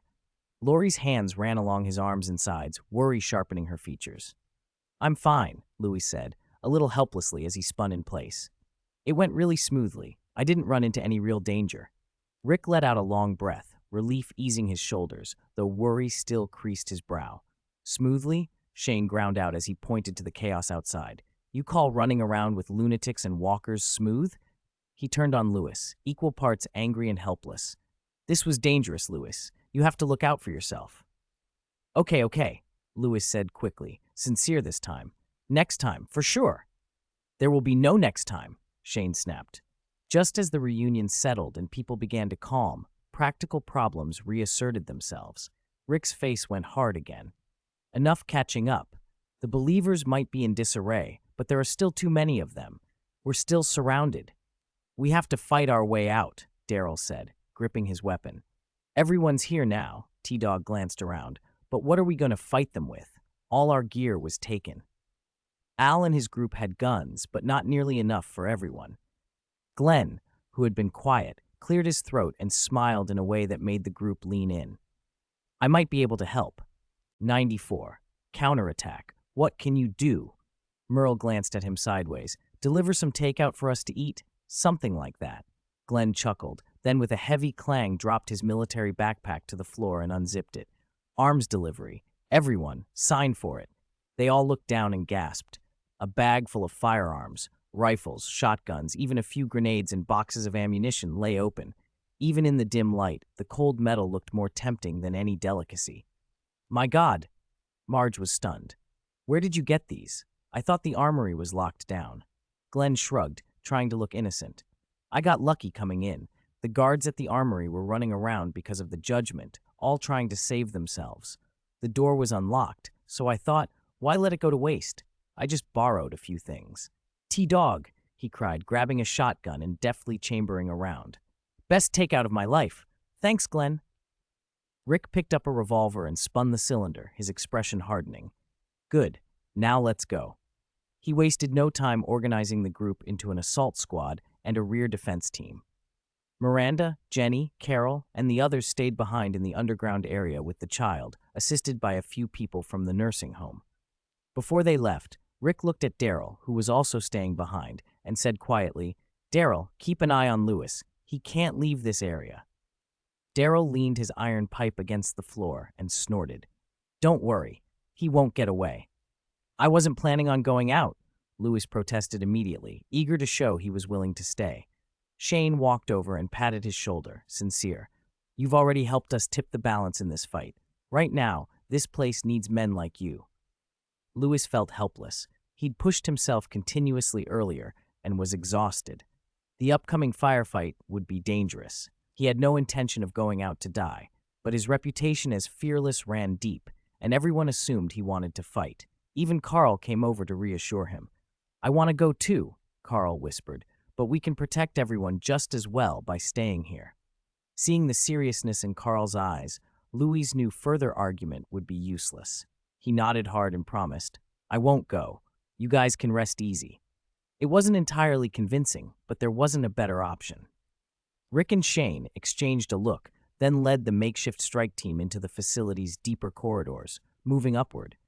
Morgan and T-Dog covered the rear to prevent flanking. The rest advanced cautiously through the narrow, dim passage. From around a corner ahead came the hushed, agitated voices of the believers. Rick raised his hand. Everyone flattened themselves against the walls. The voices weren't casual. This was a heated argument. Rick counted shapes in the shadows, maybe 7 of them, armed and riled by hallucinations or the gruesome fate of their comrades. They were on the edge of madness. Rick signaled back, then shot a look at Shane. Shane understood. He slipped his gun into his holster, drew a short blade from his waist in a reverse grip, and moved silently along the wall, using the passage shadows. Just as Shane crept to the corner, Rick suddenly fired a shot into the far wall. Bang! The crack of the gunshot shattered the silence. As Rick had hoped, the group snapped their heads toward the noise, cursing in anger. Shane lunged. Using the distraction, he slashed across the throat of the nearest believer before the man could scream. The man clutched his neck and collapsed, stinking of blood. Morales and Glenn already had firing positions. "Fire!" Rick ordered. Gunfire erupted in quick, precise bursts, echoing off the walls. The believers tried to rally, but their formation was broken and they couldn't coordinate. The fight was over in seconds. When the echoes died, only the sharp smell of gunpowder and bodies lay in the corridor. Rick stepped forward to confirm they were all down. They scavenged ammunition and supplies from the corpses, then pressed deeper into the factory. They passed through a fire door and entered the main hall of the factory. Rick took in the room at a glance and gave orders. T-Dog, watch the shelves on the right. Morales, stay close. Ahead, about 10 believers were moving toward the engagement, drawn by the alarms. Merle's eyes flared with rage. "You damn believers!" he snarled, charging forward and letting loose a stream of profanity as he fired his shotgun into the crowd. The muzzle flared, and the heavy recoil rocked him, but he felt no hesitation facing these people. Buckshot tore through the air, hitting 3 believers in the front. 2 were blown backward, dropping their guns, and 1 screamed as he was struck in the chest and fell. "All of you, go to hell! Spread out, flank them!" Rick adjusted tactics on the fly. Merle's fury had drawn the enemy's focus. Philip moved alongside a row of stacked crates, using the gaps in shadows to fire and cover Merle. Al led the remaining team with controlled, alternating volleys to advance, keeping the rear protected. The believers group quickly unraveled. Rick signaled for a reload, and the team moved through the cluttered factory floor into the main corridor of the next area. At the corridor's end, a patrol appeared, slow and methodical. This group wore uniform tactical vests, were well-armed and highly alert, clearly the factory's primary defense. One of them suddenly pointed his weapon forward and called out, "Who's there?" They weren't going to be easy to deal with. Rick scanned the few figures ahead and frowned. The other side held the high ground and were well-equipped. They could win a head-on fight, but in a narrow corridor, the casualties would be inevitable. He was about to signal everyone to take cover or move to a detour when Marge pressed on his arm and whispered. They exchanged a quick look. Determination and a risky plan shone in her eyes. Before he could answer, she stepped out of the shadows, deliberately making noise to draw every flashlight toward herself and to buy time for the others to reposition. "Who's there?" a man from the patrol shouted. "It's me," Marge called sharply, letting her footsteps ring out, face full of anxious purpose. The squad leader at the front recognized her. His gun lowered a fraction, though his eyes stayed wary. "Miss Marge, why are you here?" "You came at the right time," she snapped, not giving him a chance to think. She spoke fast. A group of sinners ran toward the main control room in the East District. "Quick, follow me. There's a shortcut from the other side." The patrol leader hesitated, scrutinizing her. "Weren't you supposed to watch that group of newcomers? Why are you here?" Marge's face registered impatience. "Because those newcomers escaped in the chaos, and you lot are still wandering around like headless flies." She stopped before the leader and fixed him with a commanding stare. "Lord Shepard's in a dangerous situation right now. If those sinners cut the lockdown and get away, how do you think the Shepherd will judge you?" At the word judgment, the leader's expression shifted. He glanced at the empty corridor behind Marge and heard gunfire drawing closer. His doubts vanished. Understood. He waved the other men on. Go! Follow her! Take the shortcut! Marge sneered inwardly but showed nothing. She turned and led this team of unsuspecting elites into the narrow passage on the right. Rick and the others had already slipped into vents and blind spots above the passage and waited. The passage was dark and cramped, lined with rusted hot pipes and smelling foul. Once inside, it felt like a rat in a cage. When the patrol reached a deeper point in the passage, Marge suddenly dropped into a gap between the pipes. Do it! At Rick's low growl, everyone in ambush opened fire at once, from the vent above and from hides at the entrance. The elite team never saw a shadow of their attackers before dense crossfire cut them down. After that, the group advanced, scavenging supplies as they went. The believers were numerous, but without command and core combat power, and with the panic Louis had sown earlier, most fought in disarray. Bang! Bang! Shane kicked a door open and fired. A bullet hit the chest of a believer who'd been waiting in ambush. Right flank! Check cover! Morales shouted, laying down suppressing fire at the stairwell. But then something strange happened. A few believers behind cover prepared to fire when one rifle made a muffled noise and then a clicking sound. It jammed. That man was lucky. Another soldier pulled his trigger and the gun's barrel suddenly exploded. Boom! Ah! My hand! The man screamed, dropping the mangled weapon and clutching his ruined palm. What the hell? A sub-leader shouted, staring at his smoking rifle and at his men writhing on the ground, bewildered. It's the Grim Reaper, some devil's sorcery. A believer cried, in hysterics, fingernails stained with blood. Shut up! What sorcery? The sub-leader grabbed the man by the collar. Then, as if remembering something, he barked, Weren't all our ammo taken? Where did you get that bag of rounds? The injured man, sweating and trembling in pain, answered, At the very back of the armory, on a deep shelf. I saw some left, hidden. I thought they were spares. The sub-leader went pale and slapped him. Are you an idiot? Those were obviously problematic. Bang! Rick had no patience for their squabbling. He ended the exchange with a single well-placed shot. The firefight that had been intense petered out. The others emerged from cover and stared at the incapacitated enemies, momentarily stunned. This, Merle kicked a broken rifle aside, bewildered. Did God actually show up? Oh, that, Glenn said with a casual shrug. When I grabbed the takeout earlier, I figured it wasn't right to take people's stuff for nothing. So I left the spare rounds Martin gave us there, as a little tip for them.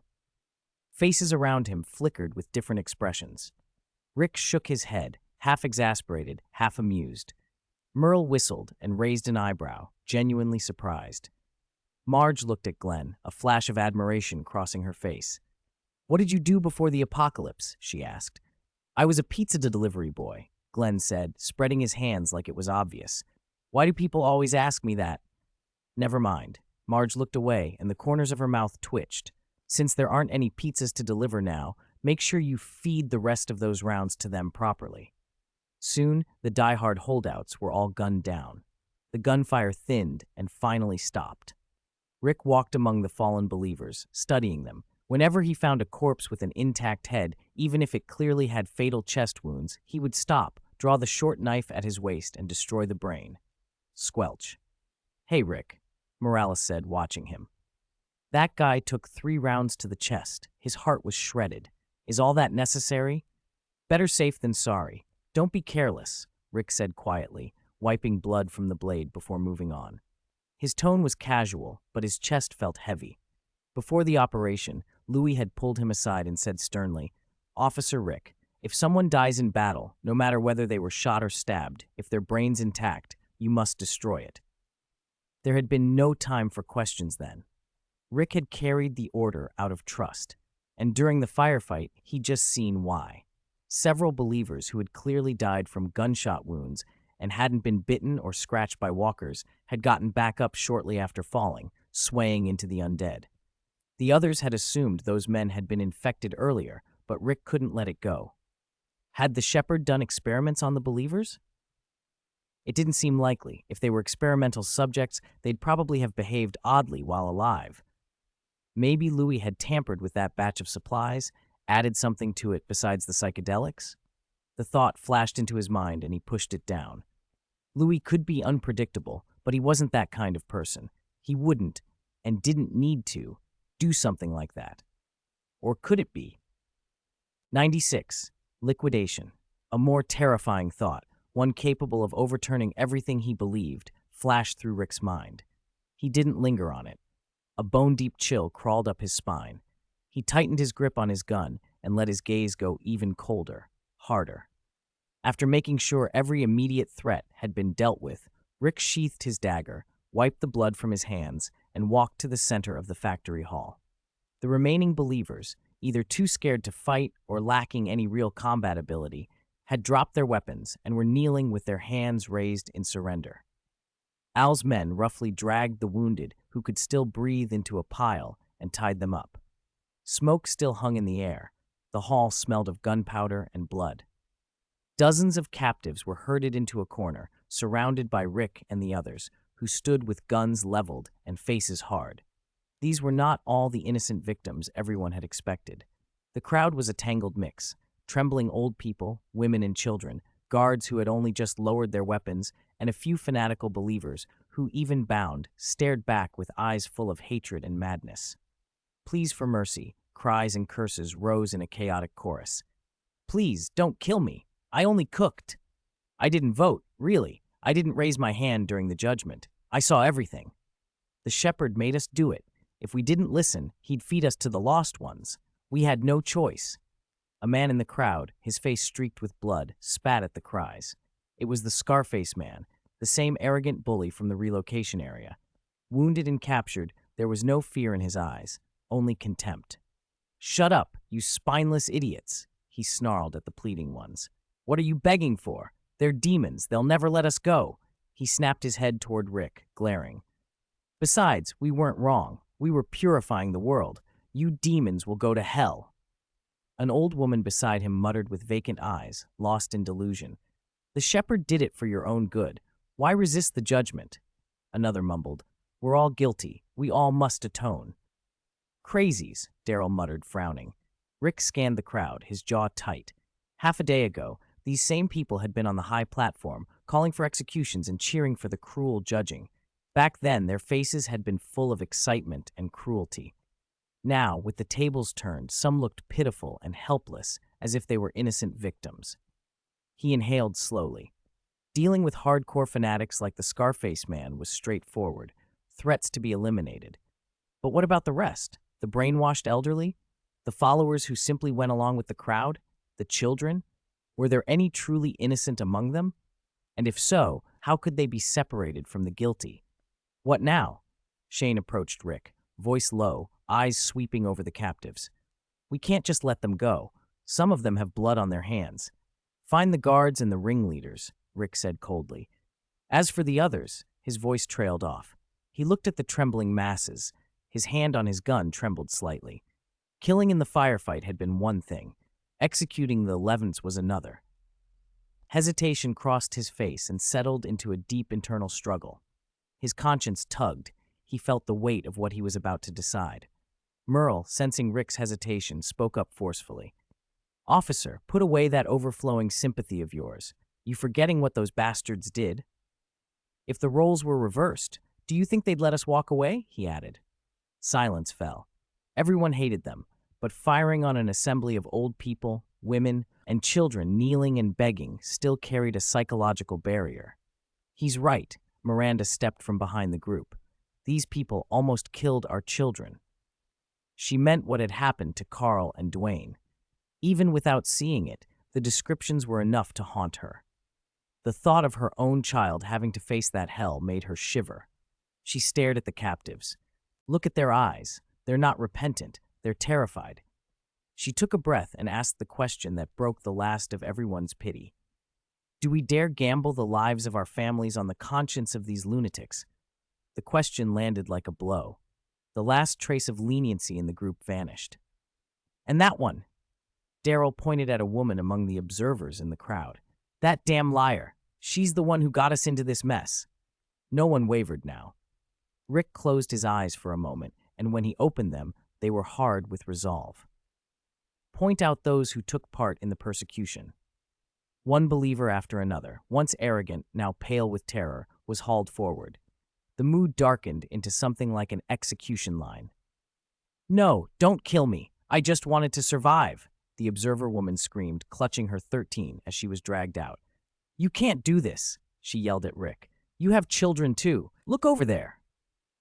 She pointed toward Louis and the others standing not far away. "Are you going to let your own children watch their parents become murderers?" "She's right." The voice came from an unexpected place. Carol, usually timid, stepped forward. "What nonsense are you talking?" Daryl said, incredulous. He was about to ask if she'd lost her mind, but Carol took a deep breath and kept speaking. "The children shouldn't see this. A father or mother shouldn't be the one to show them what hands covered in blood look like. So, let me do it." The swear Shane had been ready to spit died in his throat, turning into a cough. Everyone looked, stunned, at the small, short-haired woman. Carol didn't meet their shocked faces. Her eyes no longer flitted away. There was only an even, sober calm. "All this time I've been useless," she said, voice trembling but steadying. "In the nighttime, you were the ones taking care of me. When danger came, you protected me. When the 12 was attacked, he ran at the first sign of trouble and left us. It was you, Rick, who led everyone to block them and gave me time to hide Sophia." She paused, gathering herself. "And when that damn judgment happened, it was you who stepped forward and offered to die in everyone's place." She shook her head slightly. "So, Rick, and everyone else, this kind of dirty work shouldn't always fall on you. If this is hard for you, if it'll affect you with the children watching, let me do it." She turned her cold gaze on the wailing observer woman and pulled the pistol she'd been issued from her waist. "Anyway," she said softly, "my 13 here. She won't see." 97, an eye for an eye bang. The gunshot rang out, clean, decisive. The woman's wail cut off mid-scream. A bloody hole opened between her brows and face frozen in terror, she fell backward. Carol's hands tingled from the recoil, but she lowered the gun and took deep, steadying breaths of the stale air, as if she'd shattered not only the enemy's skull, but a part of her own old weakness. Not far off, Louis watched with a flash of surprise. He hadn't expected this to affect Carol so deeply. In the original story, Carol only hardened into the decisive, unflinching figure everyone called God Carol after the devastating loss of her daughter Sophia. Back then, she had even resented Rick for not finding Sophia immediately, but here Sophia was safe, and yet Carol had still changed. Louis studied the woman with the gun thoughtfully. In the original, it was loss that forced her into ironclad survival. Here, because Sophia had survived, and Rick's team had shown up and protected them, Carol had learned to protect through having something to lose. She had seen the cost of cowardice and the strength of courage. Maybe the despair that comes with loss can make someone grow up overnight, but gratitude for being saved and a resolve to return protection can harden a fragile heart just as effectively. It might not be the same brutal, overnight transformation of the original, but it lacked that bleak desolation and was warmer, more human. This might be for the best, Louis thought. Shane stepped forward and patted Carol's trembling shoulder. His voice was unusually gentle. "This isn't on you, Carol, but good job." "I think I should get the kids out of here," Carol said softly. "The next scenes aren't suitable for them." "Thank you," Rick said, nodding, gratitude plain on his face. As the children were led away, the atmosphere in the clearing dropped to an icy hush. "All right, no audience now." Rick turned, his cold gaze sweeping over the remaining core members of the group. The first to be dragged forward was the scarred man. Blood smeared across his face, but his expression still defiant. He'd been the one to force Carl to shoot and had almost killed Dwayne. Rick walked up to him, voice low and flat. "I told you," Rick said, looking down, "I would kill you." The scarred man knew his fate and made no plea. He only twisted his mouth into a savage grin. "Kill me then, officer," he spat. "I didn't lose to a flock of sheep like you. I lost to God. Ha!" He went on, maniacal, trying to salvage some perverse pride. "God abandoned us. It wasn't you who won." "You're wrong," a faint voice cut in.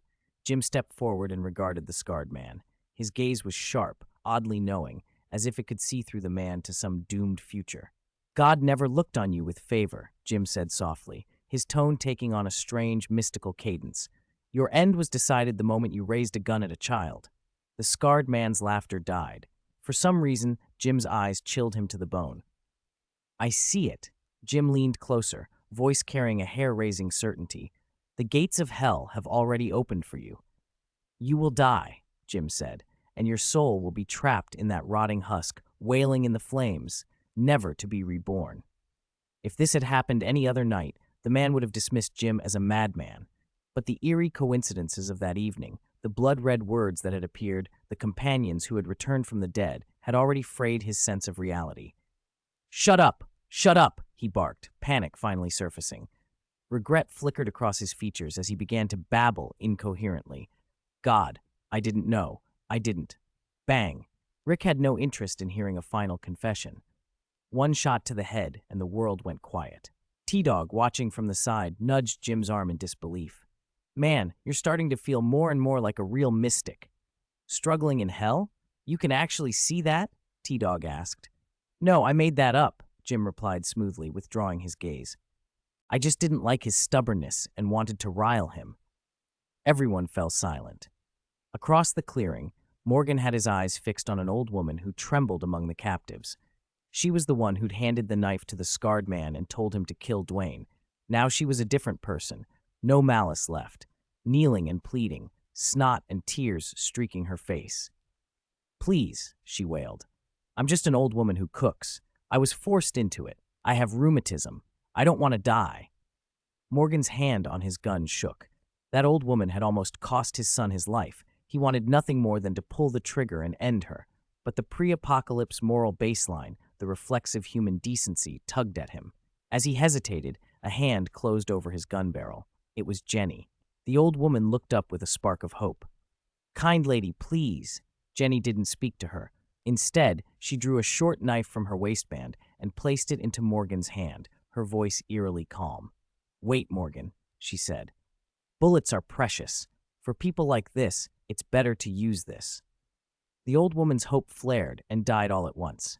Elsewhere, Al and Philip's group had pulled aside their own targets, several teenage believers, barely 15 or 16. These were the kids who had gone into the nursing home, lied their way in, and almost caused the deaths of the elderly. Now they were on their faces, weeping and kowtowing until their foreheads bled. Uncles, we were wrong. Don't kill us, they begged. We didn't want to do it. The others made us. But when the lead boy saw Al's impassive, expressionless face, fear hardened into fury. He jerked up and spat curses, venomous and desperate. You idiots, we are the future of this world. Why should we give supplies to old fossils who should have died ages ago? Their being alive is just a waste of resources. If we live, humanity has a future. The words hung in the cold air, savage and raw, as everyone watched and considered what justice would mean now. 98. An eye for an eye. Those words made Al's hand clamp down on his gun. He looked at the young men before him, faces still childish, hearts vicious, and the memory of the nursing home flashed into his mind. Before they left, the oldest grandmother had gripped his hand so hard, her cloudy eyes pleading, Child, don't go. You're all good kids. Don't risk yourselves for people like us. We're already half gone. It's not worth it. It is worth it, Al had said, squeezing her hand firmly but gently. Grandmother, we will grow old too. If anyone is alive, they'll live to see that day. If we abandon you because you're old and frail, how are we any different from the walkers out there? Are we still human? She couldn't speak. Only cloudy tears ran down her wrinkles. Don't worry about us. Al wiped her tears and forced a small smile. We've survived before. We'll survive this. Wait for us to come back. The old woman nodded, trembling, as if trying to lock the moment in her memory. All right, be safe, child. The memory faded. Standing before the clamoring youths, Al's last trace of hesitation disappeared. The future, he repeated softly, then smiled with a quiet serenity. If the future is built by stepping over the bones of the innocent, if the future belongs to you inhuman beasts, he sighed, his voice hard as ice, then it's better for the world to end sooner. No, you can't. The leader of the group realized, panic flaring, and shrank back. And since you hate the elderly so much, Al's finger tightened on the trigger. There was a flash of mockery in his eyes. Then I'll grant your wish. Congratulations. You'll never grow old. Bang. The shot cut through the room. The youth's face froze, and he crumpled backward. The other believers who had been protesting, "The children are innocent. We were only following orders," collapsed in horror at the sight. One woman wailed, clutching her head and screaming at the approaching people, "How could you do this? They're still old people and children." Shane stopped so abruptly his veins stood out. He looked at these people weeping over the dying and remembered the highway, the semi that plowed into the RV, the indifference and, worse, the pleasure he had seen on faces that day. Children? Family? His voice dropped, volcanic and ready to erupt. "When you fired on our RV, did it ever occur to you there were old people and innocent children inside?" he roared. The woman flinched, choking, eyes darting. "When you locked us in cages and made us kill each other for entertainment," Shane ground out, murderous intent spilling from him, "did you ever think we're human too?" He wanted to keep shouting, to cuss them out until there was nothing left. But when he met the woman's eyes, empty of remorse, he felt a sickness wash over him. His anger suddenly felt useless. He drew a breath, said nothing more, and stepped back, leaving the final judgment to someone else. From the shadows, Rick walked forward. He cocked the gun in his hand. Click. He looked into their terrified faces and spoke slowly. "We won't use walkers to torture the living like you did, nor will we perform those perverse rituals to humiliate corpses. We're ending you quickly with a bullet, rather than breaking your legs and tossing you into the horde," he said. "That is our mercy." Bang! The muzzle spat fire, silencing the last screams. Rick lowered his arm, looked over the bodies scattered across the floor, and said, without expression, the same words the shepherd had used a day earlier, "Be thankful for our mercy." When it was over, only the truly brainwashed women, the vacant-eyed elderly, and a handful of children, no more than 7 or 8 years old, remained. They huddled together, staring at the bodies in terror. They couldn't fight back, but they posed the most difficult problem. "We can't take them with us," Shane said grimly. No one wanted to say it aloud, but everyone felt it. "Their minds are broken. If we bring them along, these ticking time bombs will get us killed." "Then lock them in here?" T-Dog glanced at the children, conflicted. "How's that any different from killing them?" "Then kill them outright," Merle snapped, stepping forward. "They're no different from the other believers, except younger." Before the argument could go further, heavy footsteps pounded as Glenn and Morales burst back from deeper in the factory, faces pale, hands clamped over noses and mouths as they coughed. "Cough, cough! We have bad news," Glenn gasped. He pointed toward the passage behind him. "We checked the cold storage supplies, and the pipes were ruptured during the firefight. The contents leaked out. The smell's terrible. Your eyes water. You can't even keep them open," Morales added, bloodshot. "The gas is spreading and the ventilation's shot," Glenn said. "I don't think it'll be long before the whole factory becomes one giant gas chamber." "What?" Rick's face tightened. "Then we need to get out now." "It's not that simple." Glenn gave a bitter laugh and pointed to the window. "That's the second piece of bad news." Everyone surged to the windows. Where the suburban streets had once been empty, a gray tide had risen on the horizon. A dense wall of walkers, shuffling with stiff steps, leaning forward like they knew a meal was waiting. Yesterday's gunfight, the explosion, the noise from within the factory, all of it had acted like a dinner bell for walkers for miles around. The horde was approaching. With toxic gas closing in behind them, the factory was quickly becoming a trap. "If our convoy doesn't leave immediately, we'll be boxed in," Daryl said, staring at the wall of bodies. "If even one tire hits a corpse and we get surrounded, it's over." Everyone started moving, preparing to load supplies and break out. "What about these people?" T-Dog called back, panic rising. "We can't leave them in a gas chamber." Rick gave Glenn a helpless look and managed a dry smile. "So there's no good news left then?" Glenn swallowed, then said, "The good news is I might know how to deal with the remaining captives." 99. Blood for blood. A calm voice cut through the chaos. "Lewis?" Merle's eyes went wide. "Where the hell did you come from, kid?" "That's not important," Louis waved him off. "What matters are those believers. Since they put such faith in the kiss of the corpse and hold the shepherd's teachings so dear." He glanced out the window. "I think it would be better to leave their fate to the lost ones." Rick frowned. "You mean Lewis turned and walked slowly toward the trembling group, his tone solemn. Listen. He looked them over. God is merciful, but he is also just. This place is about to be destroyed. Staying here means certain death. We can give you a chance to face final judgment. He pointed toward the horde massing outside. We'll teach you a method, smearing the flesh and blood of walkers on your bodies. As long as you're devout enough and your minds are clear, the lost ones will treat you like one of their own. The believers froze. They had never heard anything so blasphemous, but their instinct to survive pricked their attention. If you can walk out through that sea of corpses, it will prove that God has forgiven you and given you a new life. Louis's voice dropped, a thread of cold in it. But if you can't get through, then it is God's will. Silence fell. Some around him let out secret sighs, thinking perhaps Louis still had a soft spot, offering a way out even now. Others nodded uncertainly, thoughts racing. A few seemed to understand what might happen, but no one spoke up. No one objected. Fine. Rick settled it. We do it that way. Get the camouflage ready, and then we evacuate. A dozen minutes later, the factory's side door opened. A line of believers shuffled out, their bodies slick with foul-smelling viscera and black blood. Hands clasped in prayer, lips moving silently, they muttered their devotions and stepped, trembling, into the gray mass of walkers. At first, something miraculous happened. The restless walkers leaned in, sniffed the putrid stench, and then ignored them, turning away to wander near the gate. Joy lit their faces like a lamp. The shepherd hadn't lied to them. If they were devout enough, God would protect them. Hope swelled, and with it, a cautious courage as they began to edge through the horde toward the perimeter.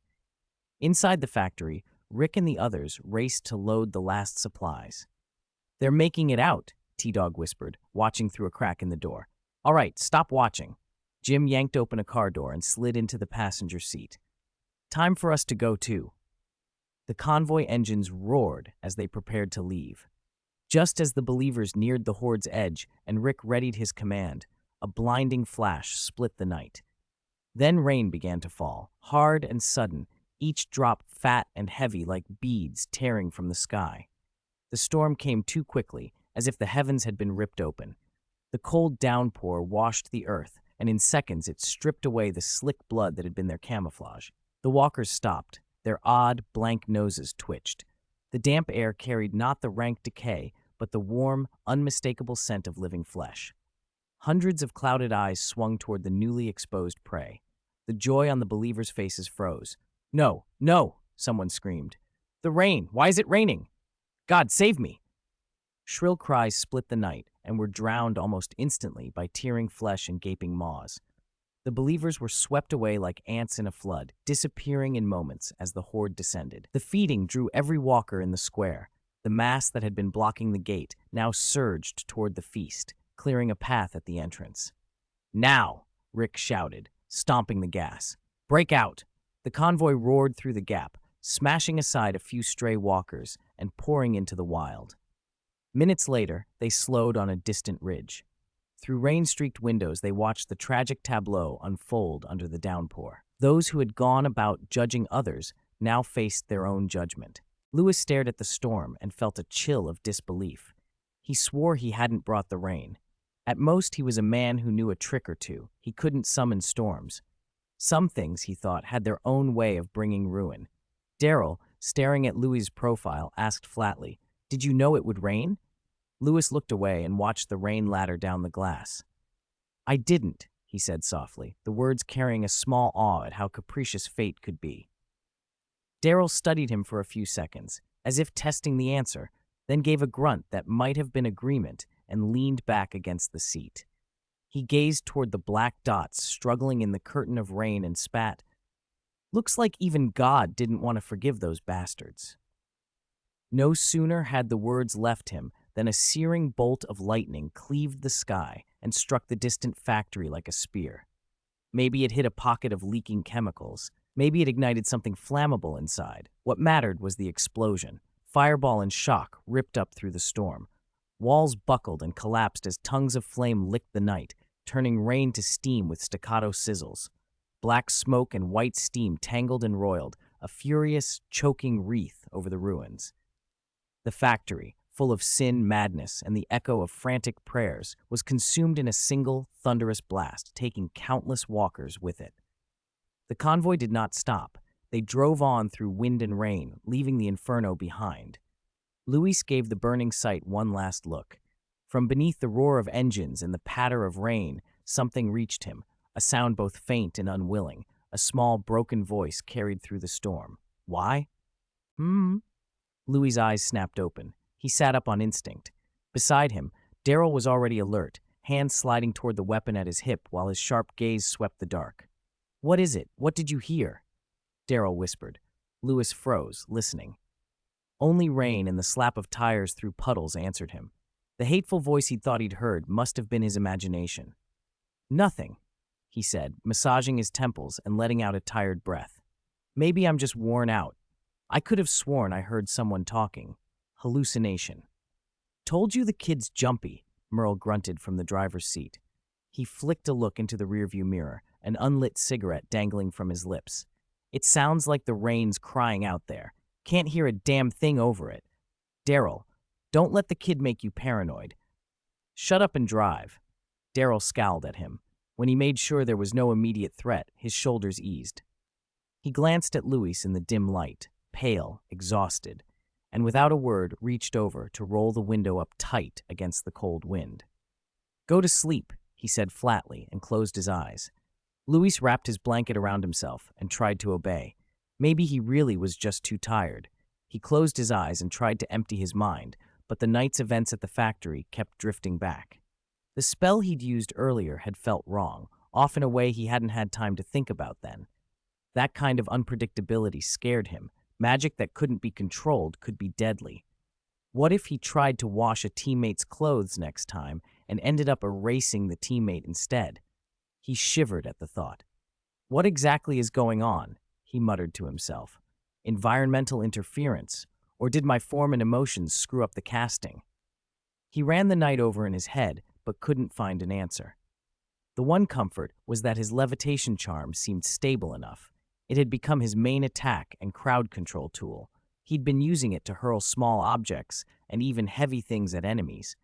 But Louis wanted more. In his previous life, his roommate, who loved Harry Potter games, had boasted that by the 5th year, you could do incredible things with the levitation charm, snatch enemies into the air and slam them around like rag dolls. It wasn't in the books or films, of course. Earlier years' magic is limited, and other spells replace levitation later on. Still, if a 5th year in peaceful times could reach that level in a game, why couldn't he reach something similar in this brutal, pressure-packed reality? The thought cheered him a little. Looking out at the spot where the factory had been, now swallowed by night and rain, a pang of regret hit him. That had been a damn good stronghold. If you ignored the believers, the location, the sturdiness, the interior, everything would have been perfect as a long-term base. Clean it up, renovate a bit, and it would have been better than their old camp. Instead, it had exploded. What a waste, Louis sighed inwardly. It felt like Rick had some passive base destroyer talent. Wherever he and his group went, something blew up. He wondered about the CDC. Dr. Jenner had promised to try to save it, but no one could be certain of the outcome. Once everyone rested, they'd have to go back and check. In the truck up ahead, the mood was quietly tense. T-Dog drove, stealing glances in the rearview at the SUV behind them where Louis sat. He looked conflicted, like something was nagging at him. Hey, Jim. T-Dog hesitated, then went on. Don't you think? A lot of what's happened on this trip feels a little too coincidental. Jim stared out at the rain-blurred road from the passenger seat and turned his head slowly. What do you mean? That kid, Louis. T-Dog lowered his voice. First, you knew about the dream. Then Louis gave us an early warning. Tonight in the factory, with gunfire and walkers everywhere, an 11-year-old was running around inside. He came out unhurt and even saved Daryl. T-Dog swallowed. And that sudden storm, even if he didn't know, it's uncanny, like something's watching out for him. Jim gave him a mild look. So, you jealous his luck's better than yours? T-Dog bristled. Hey, I'm not jealous. I'm just, he frowned, worry creasing his face. You talk all mysterious and say you have a sixth sense, but people think you're crazy. You nearly had heat stroke last time. This boy, though, he keeps turning our bad luck into good. I'm worried. Does that kind of luck come with a price? If he keeps saving us, will something happen to him? Jim was quiet for a few beats, then his face softened. He knew T-Dog was sincere in his concern. First, I'm not mysterious. My sixth sense is just stronger, he said, annoyed but not unkind. And nobody thinks I'm crazy. The heat stroke was from being out in the sun. He turned the point into something clearer. Listen, in this God-forsaken world, everyone has secrets. Maybe it's luck, maybe it's something else. But if Louis has a problem or needs help, he'll say so when he's ready. If he doesn't mention it, it means that secret is his, either for his own sake or to protect us. We don't need to pry. Jim glanced back at T-Dog. Treat it as a gift and keep your mouth shut. T-Dog relaxed and let out a long breath. You're right, to hell with it. They'd survived, killed that band of believers, and come away with a truck full of weapons and ammo. In this world, staying alive and staying fed was the real luck. The vehicles rolled through the rain toward their camp, tires hissing over the wet asphalt, carrying tired bodies and hard-won spoils. Author's note and arc summary. You can skip this if you want. Today is a makeup release, about 8,000 words all at once. Happy weekend. The Believer's arc officially ends here. First, my apologies. Work's been crazy lately, so I haven't kept up with comments. I'll try to fix typos and bugs when I have time. About some plot issues. I know the early part of this arc was pretty grim. As the group's first real life or death crisis, and because it's original content, there was a lot to explain. I tried to cut as much as possible, but it still ran long. Thanks to everyone who stuck it out, and to the readers who helped clarify things in comments. If you see toxic personal attacks in the threads, report them. Don't let them ruin your reading. A few core setting notes. This story is primarily based on the TV show The Walking Dead, with some elements from the games and spin-offs. The timeline and some character outcomes are alternate settings. For example, the fall of the camp has different reasons here. Harry Potter magic system. There are some alternate interpretations here. Louis's invisibility cloak, for instance, is an alternate take. Think of it like different enchantment principles applied to similar objects. This isn't claiming Louis's cloak is stronger than the Deathly Hallows. Don't take it that way. Spells. You may notice some of Louis's spell effects differ a lot from the original work. That's an intentional core setting for this book and will be explained gradually. I can't promise there are zero plot holes, but there's no intention to disrespect the original HP material. As for what's next, the story will continue to mix original and adapted elements. This book is mainly about growth. The protagonist will get stronger through setbacks. I'll do my best to update more regularly and tweak pacing during build-up sections. Finally, this is my first time writing a novel, and I never expected so much support. Writing this feels like driving a car and taking everyone on a trip. Some people get on and off along the way. No matter how long you stayed with me, thank you for coming along. See you in the next chapter.